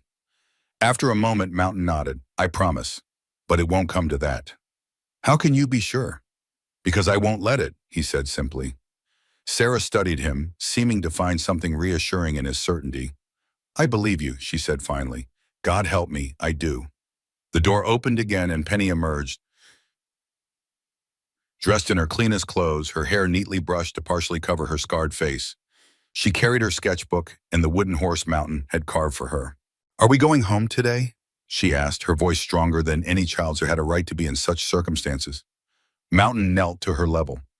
We're going to try, Penny, but it will be dangerous. I know, she said matter-of-factly. The bad men will try to hurt us, but you won't let them. Her certainty was absolute, humbling. No, Mountain agreed, I won't. Jenkins appeared in the doorway, leaning heavily on a makeshift cane. His neck bandage was fresh, but blood had already seeped through. Well, he said gruffly, let's get this suicide mission underway. Underscore, underscore, underscore, underscore, underscore, underscore, underscore, underscore, underscore, underscore, underscore, underscore, underscore, underscore, underscore, underscore. They rode toward Redemption Creek under a sky that threatened rain, following game trails to avoid the main roads where Blackwater's men might be watching. Mountain led on judgment, with Penny secured before him. Sarah rode beside them on a steady mare, while Jenkins brought up the rear, his face gray with pain, but his jaw set with determination. As they neared the outskirts of town, Mountain reined in, studying the landscape. In the distance, Redemption Creek looked deceivingly peaceful, smoke rising from chimneys, the gleaming white steeple of the small church catching the morning light. But even from here, he could see unusual activity, armed men patrolling the streets, a platform being constructed in the town square. The gallows for their execution. Remember the plan, Mountain said quietly. We ride in at noon exactly. Not before. Charlie should have the forgeries ready by then. Henrik and the Thompsons will be in position. And if something's gone wrong, Sarah asked, if Charlie was caught, or Henrik? Mountain's expression hardened. Then we improvise. They found a sheltered position on a wooded ridge overlooking the town, with clear sight lines to the square. From here, Mountain could observe through his field glass without being seen. What he saw confirmed their fears. Blackwater had transformed Redemption Creek overnight. Armed men stood at every corner. Barricades restricted movement between streets. The platform in the square now held 3 nooses, swaying gently in the morning breeze. He's not taking chances, Jenkins observed. No, Mountain agreed, but neither are we. As the morning progressed, townsfolk began gathering in the square, some willingly, others herded there by Blackwater's men. Mountain recognized Peterson from the general store, the elderly school teacher who had boarded at Sarah's house, the young clerk from the assay office. Some faces showed fear, others resignation, and a few, those Henrik had reached, showed grim anticipation. At 11, a ripple passed through the crowd as Blackwater himself appeared on the balcony of the bank, resplendent in a black suit with silver embroidery. Even from this distance, Mountain could sense his confidence, his absolute certainty of victory. Arrogant bastard, Jenkins muttered. Always did love an audience. That'll be his downfall, Mountain replied, his need to make a spectacle. At 11:30, they prepared to move. Mountain checked his weapons one final time. The Winchester, his Colt revolver, the hunting knife in his boot. Sarah did the same with her shotgun. Jenkins, despite his weakened condition, handled his revolver with practiced ease. Only Penny remained unarmed, but she carried something possibly more powerful. Her sketchbook with its damning evidence. Stay close to me, Mountain instructed her. No matter what happens. Penny nodded solemnly. I'm not afraid. You should be, he replied honestly. Fear keeps you sharp, but don't let it control you. Like you don't? She asked with surprising insight. Mountain almost smiled. Exactly. They mounted and began their descent toward Redemption Creek, moving at a deliberate pace.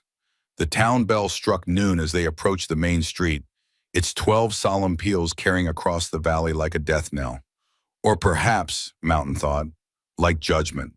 Underscore, underscore, underscore, underscore, underscore, underscore, underscore, underscore, underscore, underscore, underscore, underscore, underscore, underscore, underscore, underscore. The crowd in the square fell silent as the 4 riders appeared at the end of Main Street.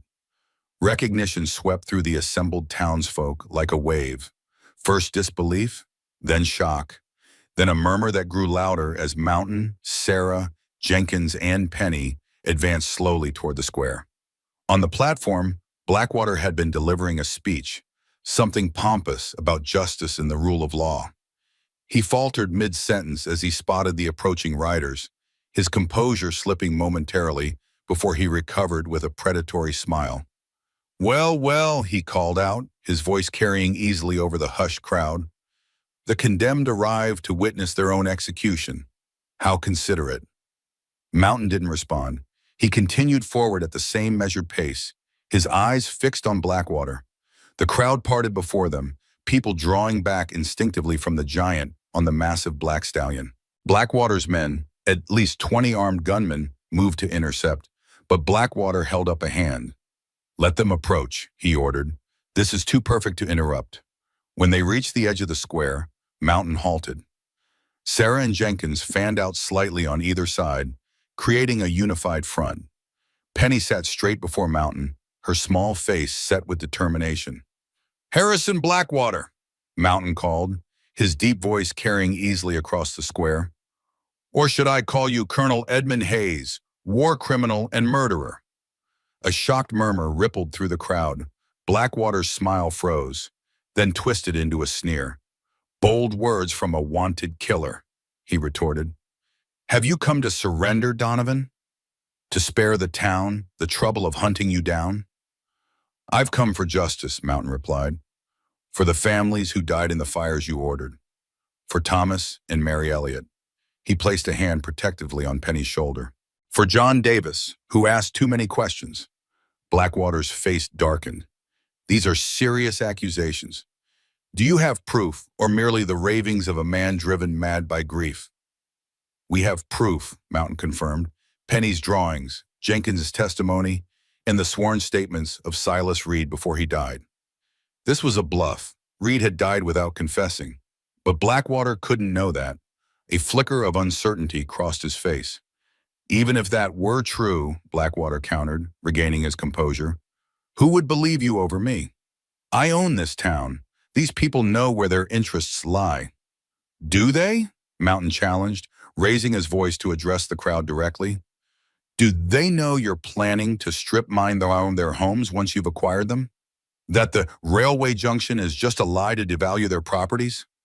Another murmur, louder this time, spread through the gathered townspeople. Blackwater's men shifted nervously, sensing the changing mood. Blackwater's face hardened. Enough theatrics. You are condemned criminals. Surrender now, or my men will open fire, regardless of who gets caught in the crossfire. It was the moment of truth. Mountain exchanged quick glances with Sarah and Jenkins, confirming they were ready. Before you do something you'll regret, Mountain said to Blackwater, you should know about the telegrams. Blackwater frowned. What telegrams? The ones in Charlie Wilkins' safe, Mountain replied, signed by the territorial governor, authorizing your immediate arrest for fraud, murder, and impersonating a federal officer. This was the gambit, the forged documents Charlie had prepared. A complete bluff, but one Blackwater couldn't easily dismiss. You're lying, Blackwater said, but uncertainty had crept into his voice. Am I? Mountain challenged. Why don't we open that safe and find out? Blackwater's eyes narrowed, calculating. Mountain could almost see the thoughts racing behind them, weighing the possibility that Mountain was bluffing against the risk that he wasn't. This is absurd, Blackwater declared finally. There are no such telegrams. Then you have nothing to fear, Mountain pressed. Let's open the safe. Here, now, in front of everyone. A new voice spoke from the crowd. I have the key. Charlie Wilkins stepped forward, the telegraph key in his hand. Mr. Blackwater, sir, if what he's saying isn't true, we can prove it right now. Blackwater's face twisted with rage. You treasonous little... Careful, Mountain interrupted. These people are watching. They're wondering why you won't open a simple safe if you have nothing to hide. The crowd's murmuring grew louder. Mountain could sense the tide turning. Fear of Blackwater was balanced now against doubt, against the possibility of freedom from his tyranny. Enough, Blackwater shouted, losing his composure. Arrest them, all of them! His men moved to obey, but hesitantly. The crowd's mood had shifted palpably, and they sensed it. Mountain seized the moment. Henrik, now! From various positions around the square, Henrik and his allies, miners, shopkeepers, farmers, emerged with weapons drawn. Not many, perhaps a dozen in all, but enough to create confusion, to divide Blackwater's forces' attention. Citizens of Redemption Creek, Mountain called out, you've lived under this man's shadow long enough. The fires that claimed your friends, your family members, they weren't accidents. They were ordered by Blackwater to clear land he wanted. Penny Elliott saw it all, drew what she saw.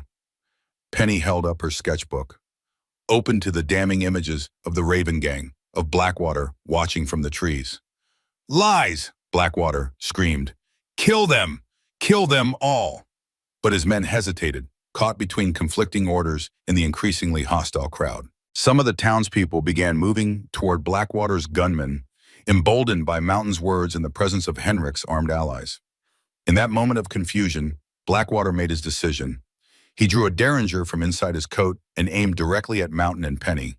If you want something done right, he snarled, and fired.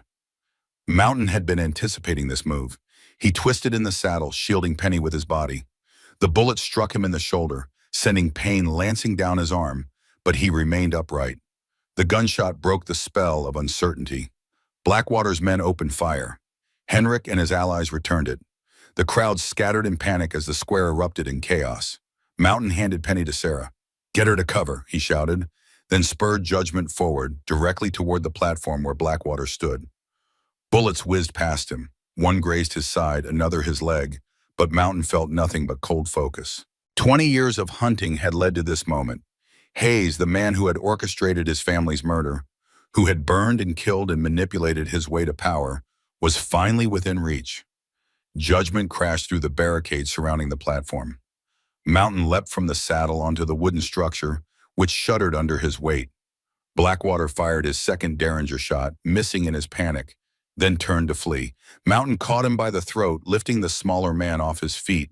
Around them, the battle raged, but for Mountain, the world had narrowed to this one moment, this one man. "Edmund Hayes," he growled, "20 years I've hunted the ravens, and all along you were the one who sent them. You ruined me," Hayes for Blackwater gasped, clawing at Mountain's iron grip. "Your testimony, my family name, my fortune, everything."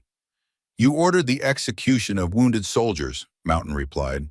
"You deserved worse than you got." "So did you." Blackwater's eyes burned with hatred. "Your precious wife, your daughter." They screamed, Donovan, begged for mercy as the flames rose. Mountain's grip tightened. One squeeze, and it would be over. Justice, vengeance, the end of 20 years of hunting. "Kill me," Blackwater choked out. "Prove you're the animal I always said you were." The words cut through Mountain's rage, making him hesitate. This was the moment he'd dreamed of for 2 decades, yet something held him back. Not mercy for Hayes, but the realization that killing him now, like this, would change nothing, would bring no peace, would not restore what was lost. A gunshot cracked nearby. Mountain felt a sharp impact in his side. One of Blackwater's loyal men had found an angle, had taken the shot. Mountain's grip loosened. Blackwater broke free, leaping, reaching inside his coat for yet another hidden weapon. "I told you," he wheezed. "I told you I'd watch you die." He raised a small pistol. Mountain, wounded and off balance, couldn't reach him in time. The shot that rang out didn't come from Blackwater's gun. It came from behind Mountain, from a small, steady hand holding Sheriff Jenkins's spare revolver. Penny stood at the edge of the platform, the smoking gun clutched in both hands, her scarred face set with grim determination. Blackwater staggered backward, a red stain spreading across his chest. "That's for my parents," Penny said, her young voice cutting through the chaos, "and for his family, and for all of them." Blackwater crumpled to the wooden planks, his eyes wide with shock. "A child," he gasped, "killed by a child." Mountain moved to Penny, gently taking the gun from her trembling hands. "It's over," he said softly. "It's done." Around them, the tide of battle had turned. With Blackwater fallen, his men were surrendering or fleeing.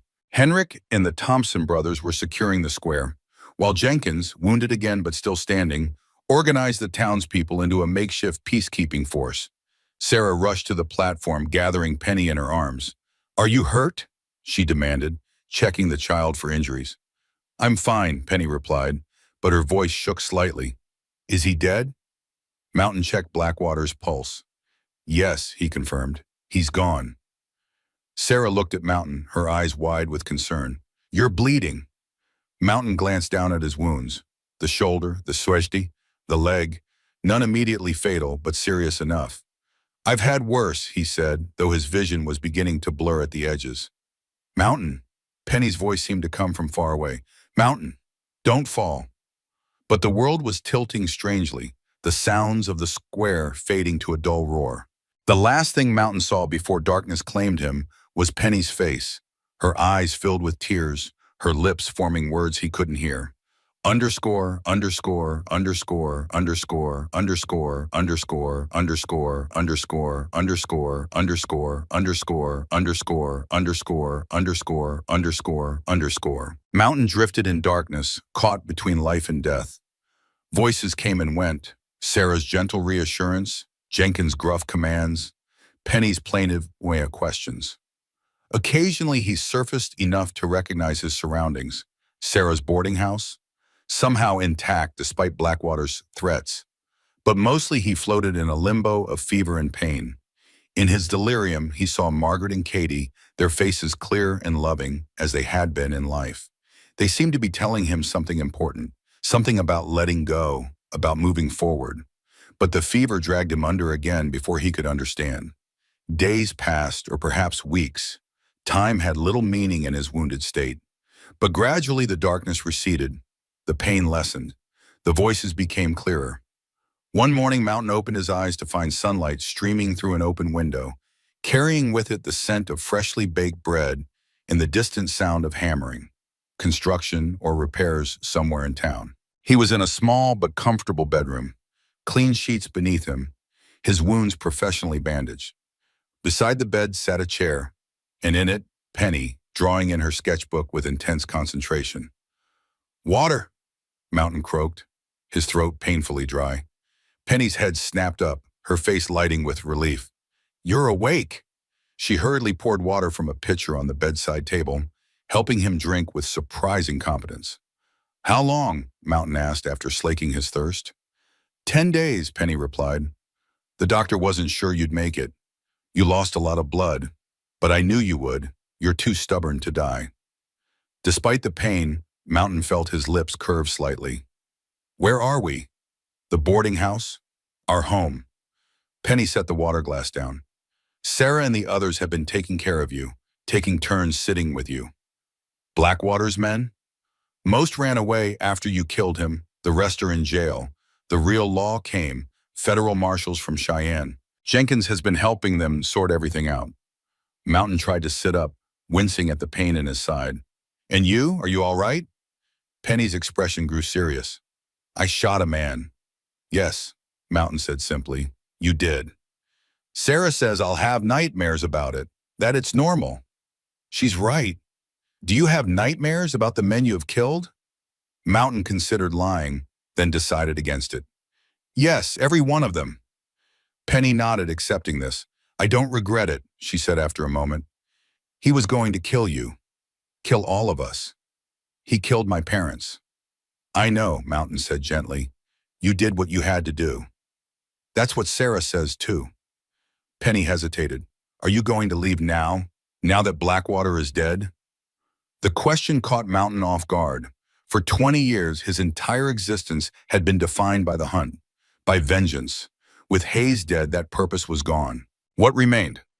Before he could answer, the door opened, and Sarah entered, carrying a tray with soup and bread. Her face lit up when she saw Mountain awake. "Thank God," she said softly.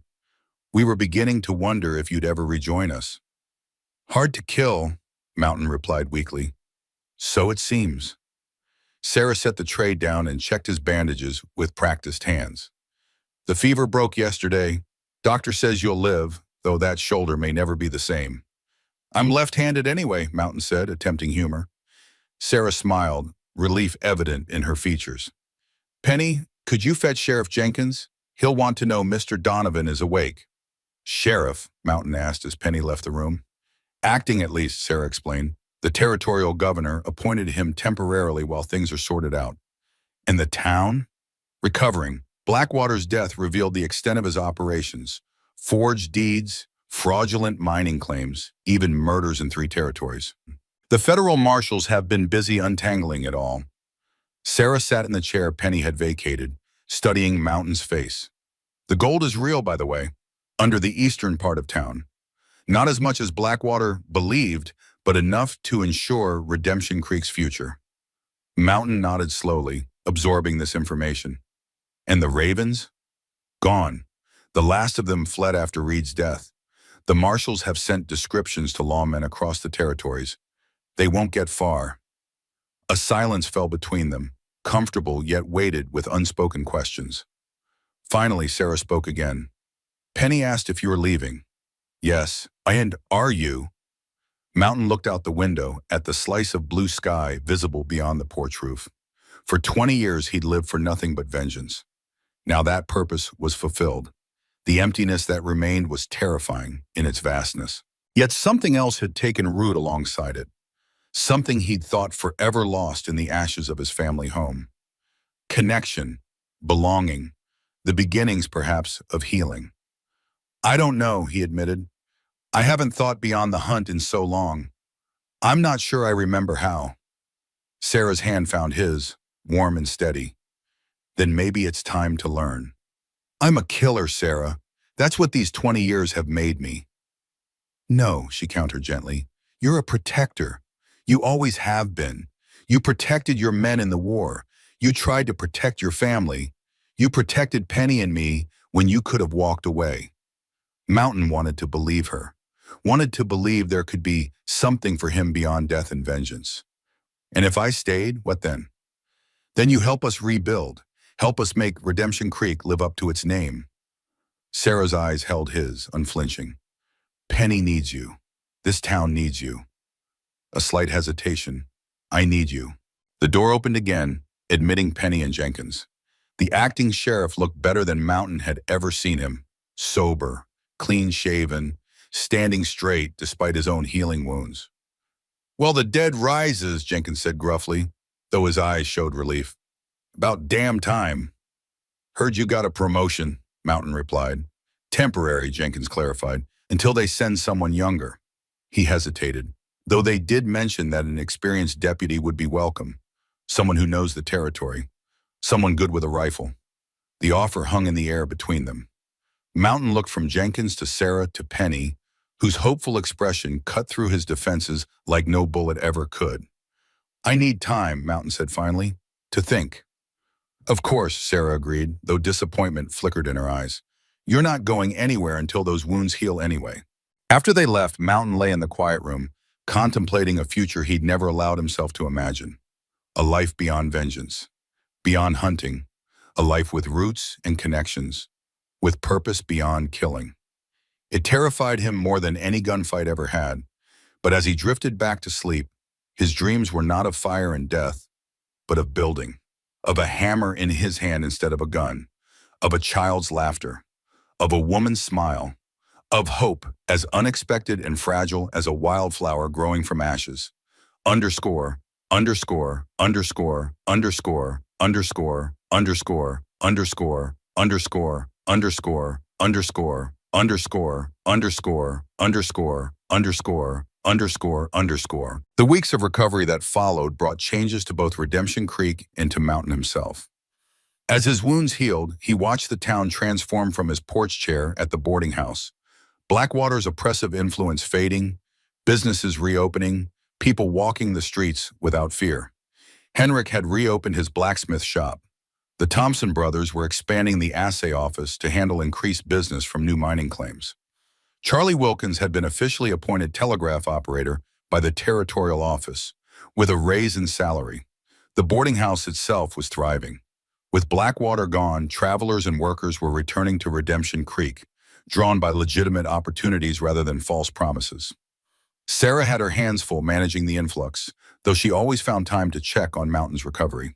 Penny had appointed herself Mountain's personal nurse, bringing him meals, reading to him from her school books, and showing him her latest drawings, no longer scenes of fire and death, but visions of the town's rebirth, landscapes of the surrounding mountains, portraits of the people she knew, including one of Mountain himself, not as the fearsome gunfighter of legend, but as the man she saw, strong yet gentle, dangerous yet kind, scarred but healing.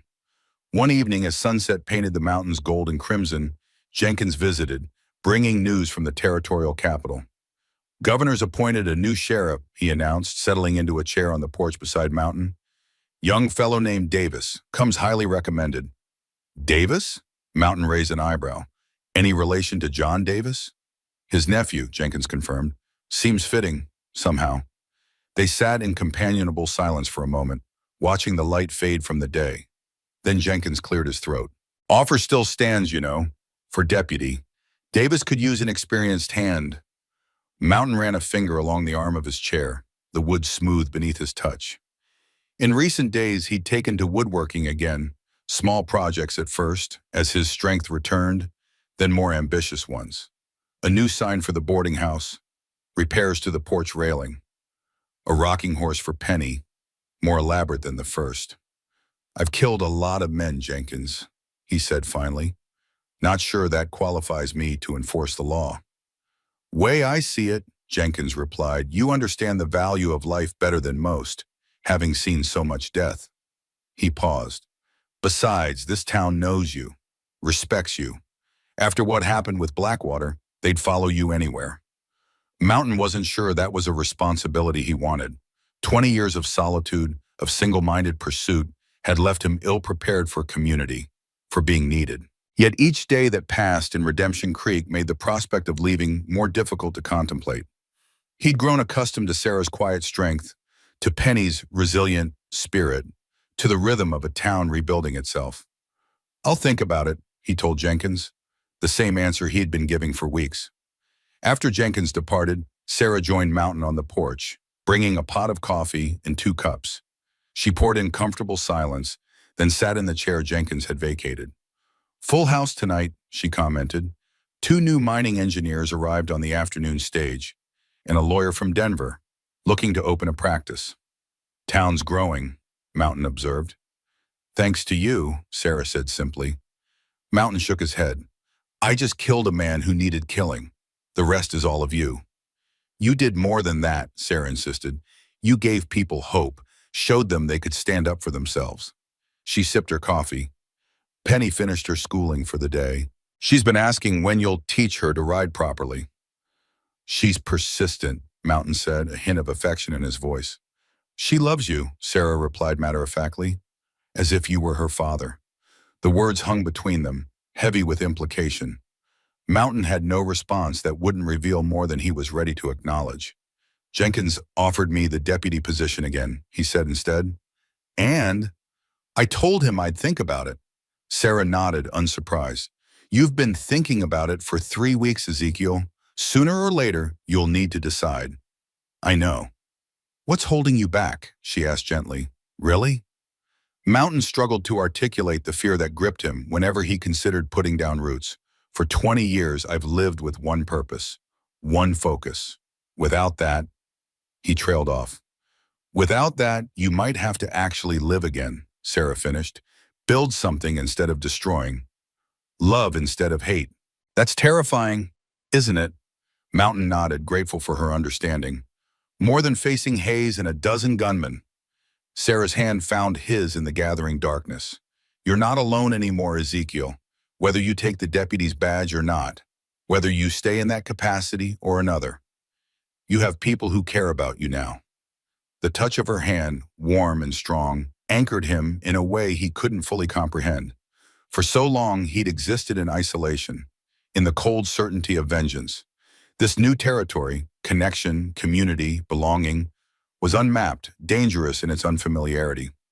Yet sitting here with Sarah beside him and the sounds of Penny playing inside, Mountain felt something he hadn't experienced in decades: peace. Not the hollow emptiness that had followed him for 20 years, but genuine tranquility, a sense of rightness. "There's something I need to do first," he said finally, "before I can decide." Sarah squeezed his hand gently. "Whatever it is, you don't have to do it alone." Mountain looked at her, this remarkable woman who had stood against evil with nothing but courage and a shotgun, who had rebuilt her life after tragedy, who had opened her home and heart to a scarred, vengeful killer. "No," he agreed softly, "I don't suppose I do." As night settled fully over Redemption Creek, Mountain made his decision. Not about the badge, that would come later, but about the journey he needed to take first. A journey to lay ghosts to rest, to make peace with the past. A journey he would no longer make alone. The mountain cemetery lay 2 days' ride east of Redemption Creek, nestled in a small valley where wildflowers grew in abundance. 20 years earlier, Mountain had buried what remained of his wife and daughter there, in a quiet spot beneath a towering pine. He hadn't returned since. Until now. The morning was crisp and clear as Mountain, Sarah, and Penny approached the simple wooden markers he'd placed so long ago. The graves were overgrown, nearly invisible beneath 2 decades of grass and wildflowers, but Mountain knew exactly where they lay. He dismounted slowly, his wounds still painful despite weeks of healing. Sarah and Penny remained on their horses, giving him space for this moment he dreaded yet needed. Mountain knelt before the weathered crosses, clearing away vegetation with gentle hands. Margaret Donovan read one. Catherine, Katie Donovan read the other. The names he'd carved with his hunting knife, tears blinding his eyes, rage burning in his heart. "Hello," he said quietly, feeling foolish yet compelled to speak. "It's been a long time." Behind him, Sarah and Penny dismounted, keeping a respectful distance. They had insisted on accompanying him on this pilgrimage, understanding its importance to his healing. 3 days ago, when he'd announced his intention to visit his family's graves, Penny had simply said, "We'll come too," as if it were the most integral thing in the world, and perhaps it was. Mountain placed a small bundle beside each grave, wildflowers he'd gathered along the trail, tied with strips of leather. "I found him," he continued softly. "The man responsible. He's dead now." A pause, but I thought it would feel different. Thought I'd feel peace, closure. He shook his head, but it's still just emptiness. The wind rustled through the pine needles overhead, nature's only response. "I've been offered a position, deputy in Redemption Creek." Mountain hadn't told anyone this part yet. "Not sure I deserve it, not after everything I've done, the men I've killed, the time I've wasted." Penny approached quietly, standing beside him. "Your family would want you to be happy," she said with the simple certainty of youth. Mountain looked up at her, this scarred child who had somehow pierced the armor around his heart. "You think so?" "I know so," Penny replied. "My parents would want me to be happy too. That's what love means." Sarah joined them, placing a hand on Mountain's shoulder. "She's right, Ezekiel. The dead don't want vengeance. That's something the living want." Mountain covered her hand with his own. "And what do the living want now? What do you want, Sarah?" Her eyes met his, steady and clear. "A chance to build something, to make Redemption Creek truly live up to its name, for Penny to grow up safe and loved." A slight hesitation. "For you to find peace, whatever that means." Mountain turned back to the graves, to the names carved 20 years ago. "I don't know how to let go," he admitted. "The hate, the hunting, it's been my purpose for so long." "Then find a new purpose," Sarah suggested gently. "Something worth building instead of destroying." From her pocket, Penny withdrew 2 small objects, the wooden horses Mountain had carved for her. Hope, the first one, and a newer one she'd named Justice. She placed them carefully atop the graves. "So they won't be lonely," she explained when Mountain looked at her questioningly. "Everyone needs company, even in heaven." The simple gesture broke something loose in Mountain's chest. A dam that had held back grief for 20 years suddenly crumbled.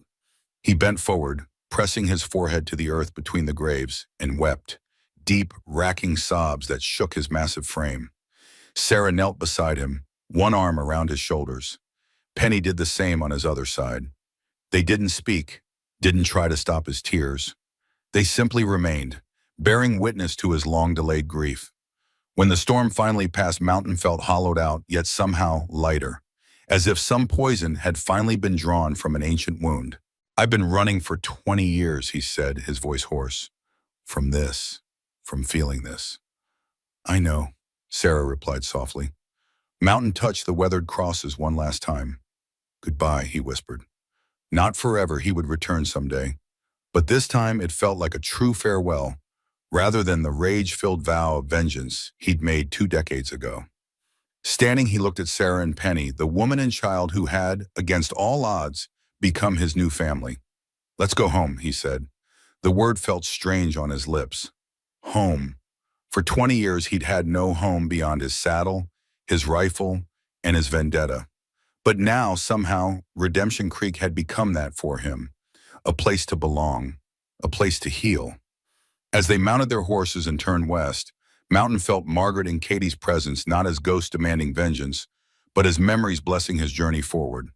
For the first time in 20 years, he rode towards something rather than away from it, toward home. Underscore, underscore, underscore, underscore, underscore, underscore, underscore, underscore, underscore, underscore, underscore, underscore, underscore, underscore, underscore, underscore. Redemption Creek had changed during their brief absence.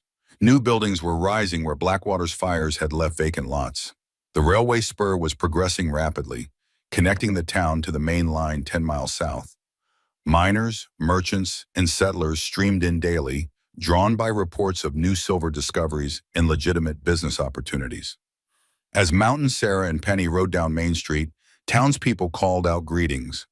Henrik waved from his blacksmith shop where he was shoeing a magnificent roan stallion. Charlie Wilkins emerged from the telegraph office with an enthusiastic salute. "The prodigal returns," Jenkins called from the steps of the sheriff's office. Beside him stood a younger man in a crisp new badge, Sheriff Davis, presumably. Mountain reined in, studying the newcomer. Davis was perhaps 30, with intelligent eyes and a firm jawline reminiscent of his Uncle John. He returned Mountain's gaze without flinching, a good sign. "Sheriff," Mountain acknowledged with a nod. "Mr. Donovan," Davis replied, "I've heard a great deal about you." "Most of it's exaggerated." Davis smiled slightly. "Including how you saved this town from Blackwater? How you brought justice for my uncle's murder?" Mountain shrugged uncomfortably. "Had help." "Indeed." Davis glanced at Sarah and Penny, then back to Mountain. "I understand Jenkins has spoken to you about the deputy position." "He has." "And?" Mountain dismounted, wincing slightly as his healing wounds protested. "Let's discuss it inside." After ensuring Sarah and Penny would be fine returning to the boarding house alone, Mountain followed Davis and Jenkins into the sheriff's office. The interior had been transformed, cleaned, organized, properly furnished. Maps of the town and surrounding territory adorned the walls. A gun rack held rifles and shotguns, all well maintained. "You've been busy," Mountain observed. "A town growing this fast needs proper law enforcement," Davis replied. He gestured to a chair. "Please sit. I imagine those wounds are still troublesome." Mountain sat, studying the young sheriff. There was something familiar about him beyond his resemblance to John Davis. "Have we met before?" Davis shook his head. "No, sir, but I've followed your career for many years, since Antietam." "Antietam?" Mountain frowned. "You'd have been a boy." 10 years old, Davis confirmed. "My father was Captain William Davis, 14th Connecticut. You saved his life during the Westwoods assault. Carried him a mile to the field hospital after he took Confederate grape shot in the leg." The memory surfaced slowly, a blood-soaked field, a young officer screaming for his men to fall back, Mountain lifting him as bullets whizzed past. "He lived?" "Lived, lost the leg, but came home, raised his family, told the story of the giant sergeant who carried him through hell." Davis's eyes held deep respect. "When I heard Ezekiel Mountain Donovan was involved in solving my uncle's murder, I requested this assignment specifically." Mountain absorbed this unexpected connection to his past. A good deed remembered, a life saved rather than taken. How many other ripples had he created during his life? Positive ones he'd never recognized because he'd been so focused on vengeance? "I'm not the man your father described," Mountain said finally. "Not anymore. War changes you. Life changes you." "Perhaps," Davis agreed. "But your actions here suggest the core remains the same. A man who protects others, who stands against injustice, who does what's necessary no matter the personal cost." Jenkins, who had been uncharacteristically quiet, cleared his throat. "Tell him about your plans, Davis." The young sheriff leaned forward, expression earnest. "Redemption Creek is growing faster than anyone anticipated. The silver strikes, the railway, legitimate development. We could have 5,000 people here within 2 years. I need deputies I can trust, men with experience, judgment, and the respect of the townspeople." "I've killed men," Mountain said bluntly. "Many men, some who deserved it, some who probably didn't. That's not law enforcement." "No," Davis agreed, "it's war. And the war is over, Mr. Donovan. Has been for decades. Perhaps it's time your personal war ended too." The words struck Mountain with unexpected force, echoing his own recent thoughts. 20 years of hunting, of killing, of pursuing vengeance. And what had it accomplished? Hayes was dead, yes. The ravens scattered. But the emptiness remained, the hole left by Margaret and Katie's deaths unfilled by blood. "The badge isn't about the past," Davis continued. "It's about the future. Redemption Creek's future. And yours." Mountain was silent for a long moment, weighing the offer, the opportunity, the responsibility. Finally, he looked up. "2 conditions." Davis raised an eyebrow. "Yes. I work my own hours. Some days—" Mountain hesitated. "Some days the memories are worse than others." "Understood," Davis nodded. "And the second?" "Sarah Kingsley gets the contract to provide meals for the jail. Her cooking's better than anything else in town, and she could use the steady income." Jenkins chuckled softly. "Practical and personal. Interesting combination." Davis extended his hand. "Agreed on both counts. Welcome aboard, Deputy Donovan. Mountain shook the offered hand, feeling as if he'd just crossed some invisible threshold. From hunter to protector, from avenger to peacekeeper, from wanderer to citizen. The swearing-in ceremony will be tomorrow, Davis continued. 10 o'clock Town Square.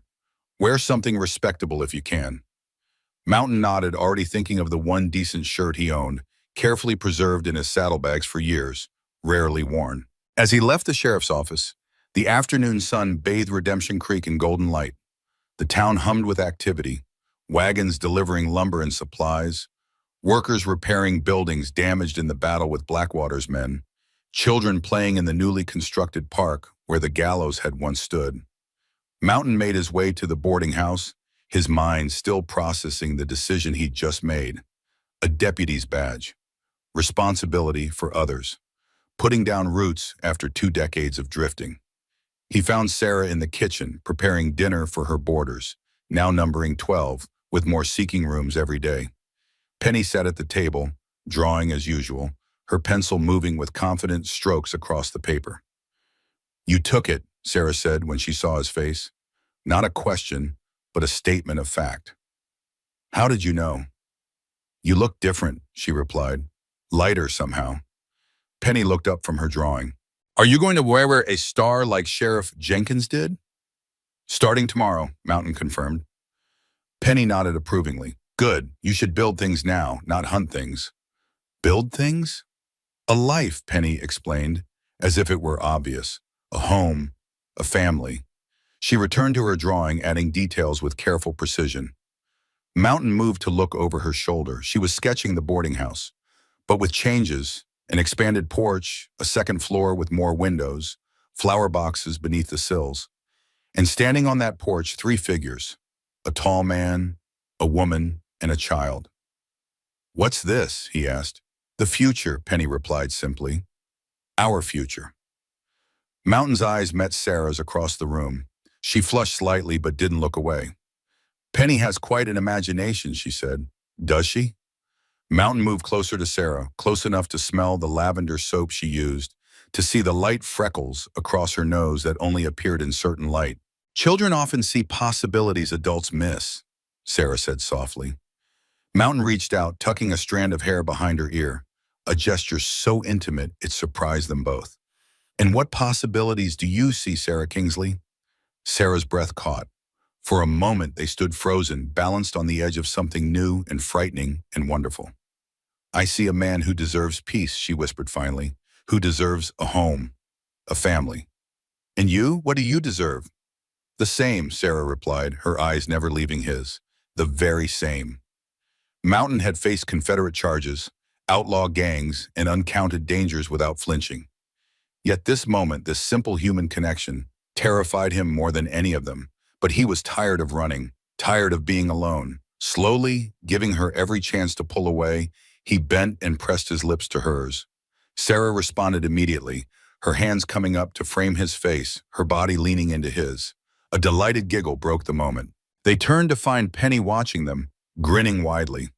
"Finally," she said, rolling her eyes with a dramatic flair only children can truly master.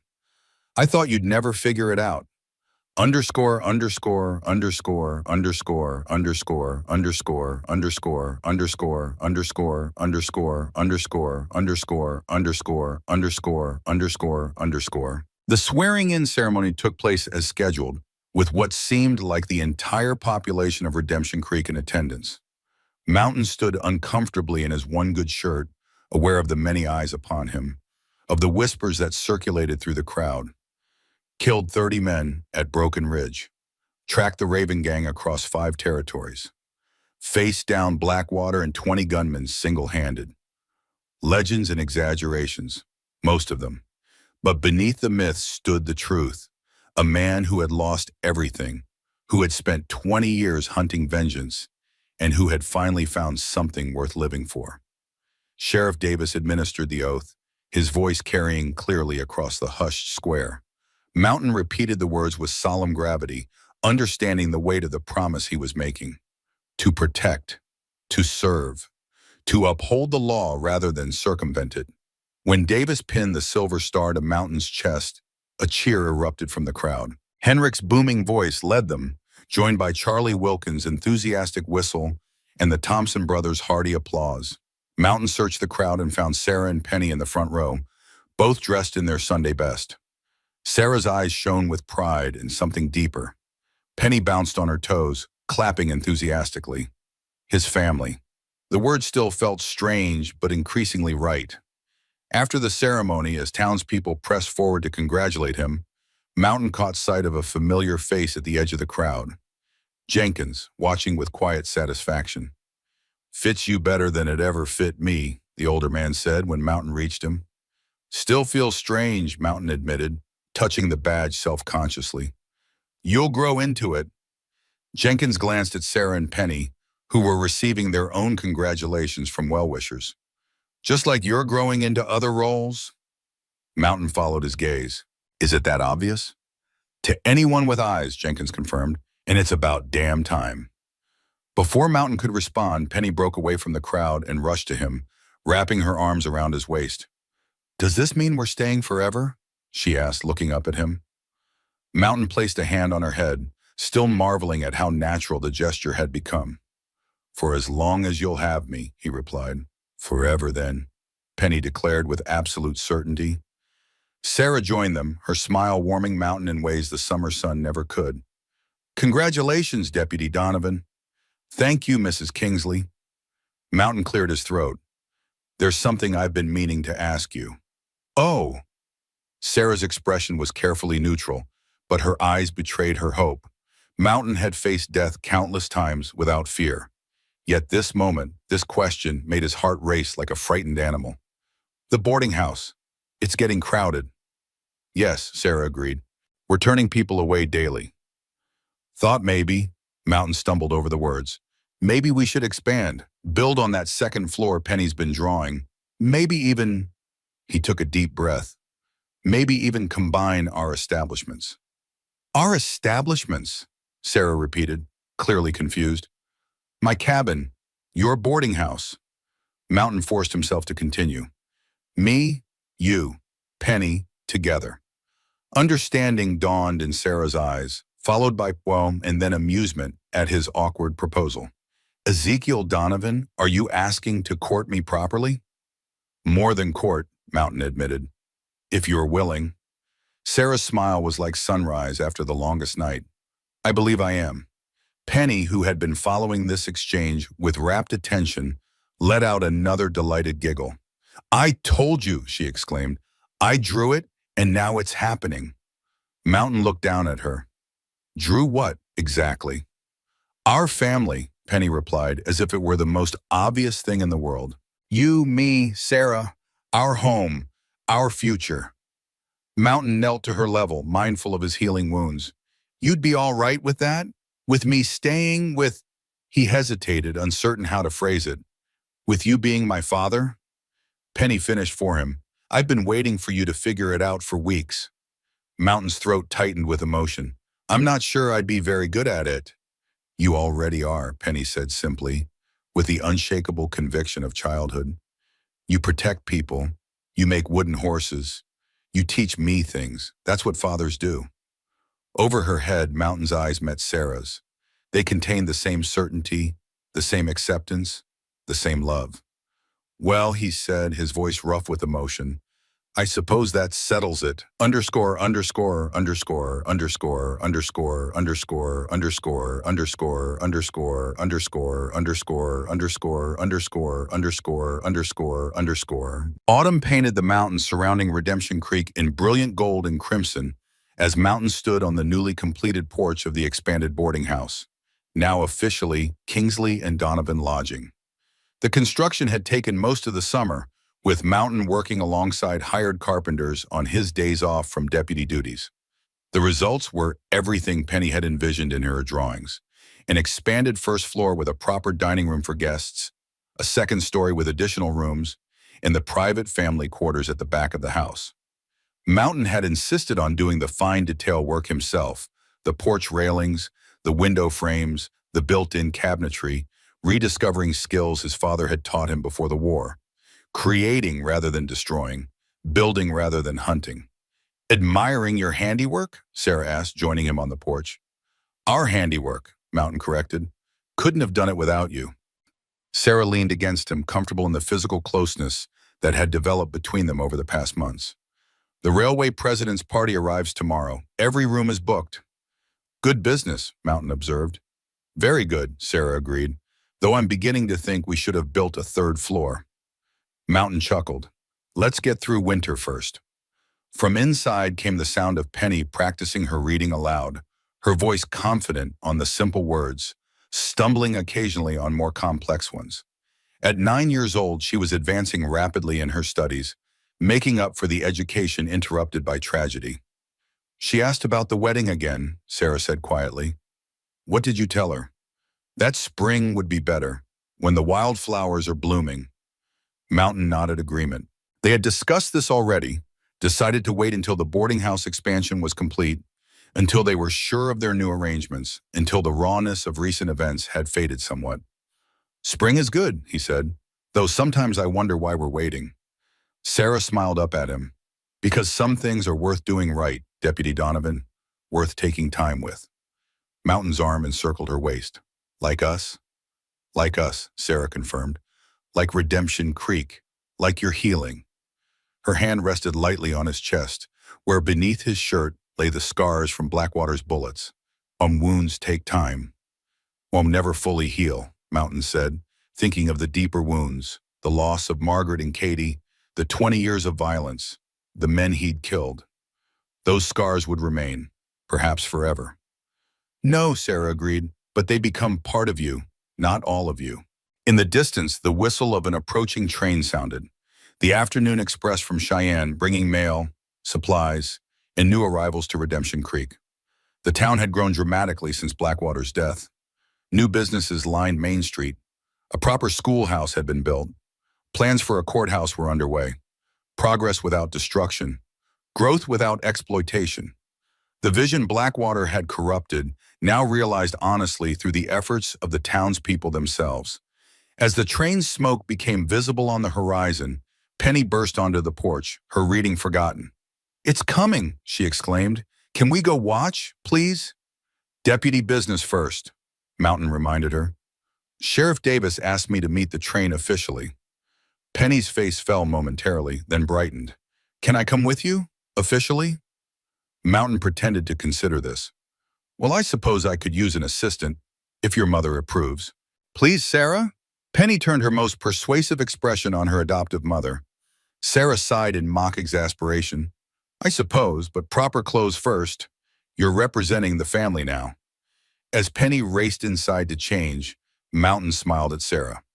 You spoil her. We both do, Sarah corrected, and with good reason. She's earned some happiness. We all have, Mountain said softly. When Penny returned, wearing her best dress and with her hair neatly brushed to partially cover her scars, they set off toward the station. Mountain wore his badge prominently on his vest, his gun belt secure but less prominent than in his hunting days. The Winchester remained at home most days now, brought out only for special circumstances. As they walked through town, people greeted them warmly. Deputy Donovan, Miss Penny, Mrs. Kingsley. No fear in their voices, no wariness in their eyes, just the easy familiarity of neighbors, of community. At the station, Sheriff Davis already waited, reviewing the passenger manifest with the station master. He nodded to Mountain as they approached. Right on time, Davis commented. I appreciate the assistance. This railway president is apparently quite important. Bringing investment capital, Mountain confirmed, for the new silver processing facility. And looking for accommodation, Sarah added with a businesswoman's satisfaction, at the finest establishment in Redemption Creek. The train whistle sounded again, closer now. Penny bounced on her toes in excitement. Though trains were becoming common in Redemption Creek, she still viewed each arrival as a special event, full of possibility and adventure. Will you stay? She asked suddenly, looking up at Mountain. Forever? Mountain knelt, bringing himself to her level, a gesture that had become second nature. What brought this on? Penny shrugged, her expression serious beyond her years. Things change, people leave. I just wanted to make sure. Mountain understood the fear behind the question. This child had lost too much already. I'm not going anywhere, Penny. Not ever. You and Sarah, you're my home now. Penny studied his face, searching for any hint of uncertainty. Finding none, she nodded decisively. Good, because I need you to teach me to shoot next summer, and to track, and to carve wood like you do. Mountain smiled. Those things take time, Penny. Years to learn properly. That's all right, Penny replied confidently. We have years. As the train pulled into the station with a screech of brakes and a billow of steam, Mountain stood, his hand resting protectively on Penny's shoulder, Sarah beside them. The future stretched before them, uncertain yet promising, filled with challenges and possibilities. For 20 years, Ezekiel Mountain Donovan had lived for vengeance, for the past, for the dead. Now, finally, he lived for something else. For hope, for family, for redemption. For the living, the end.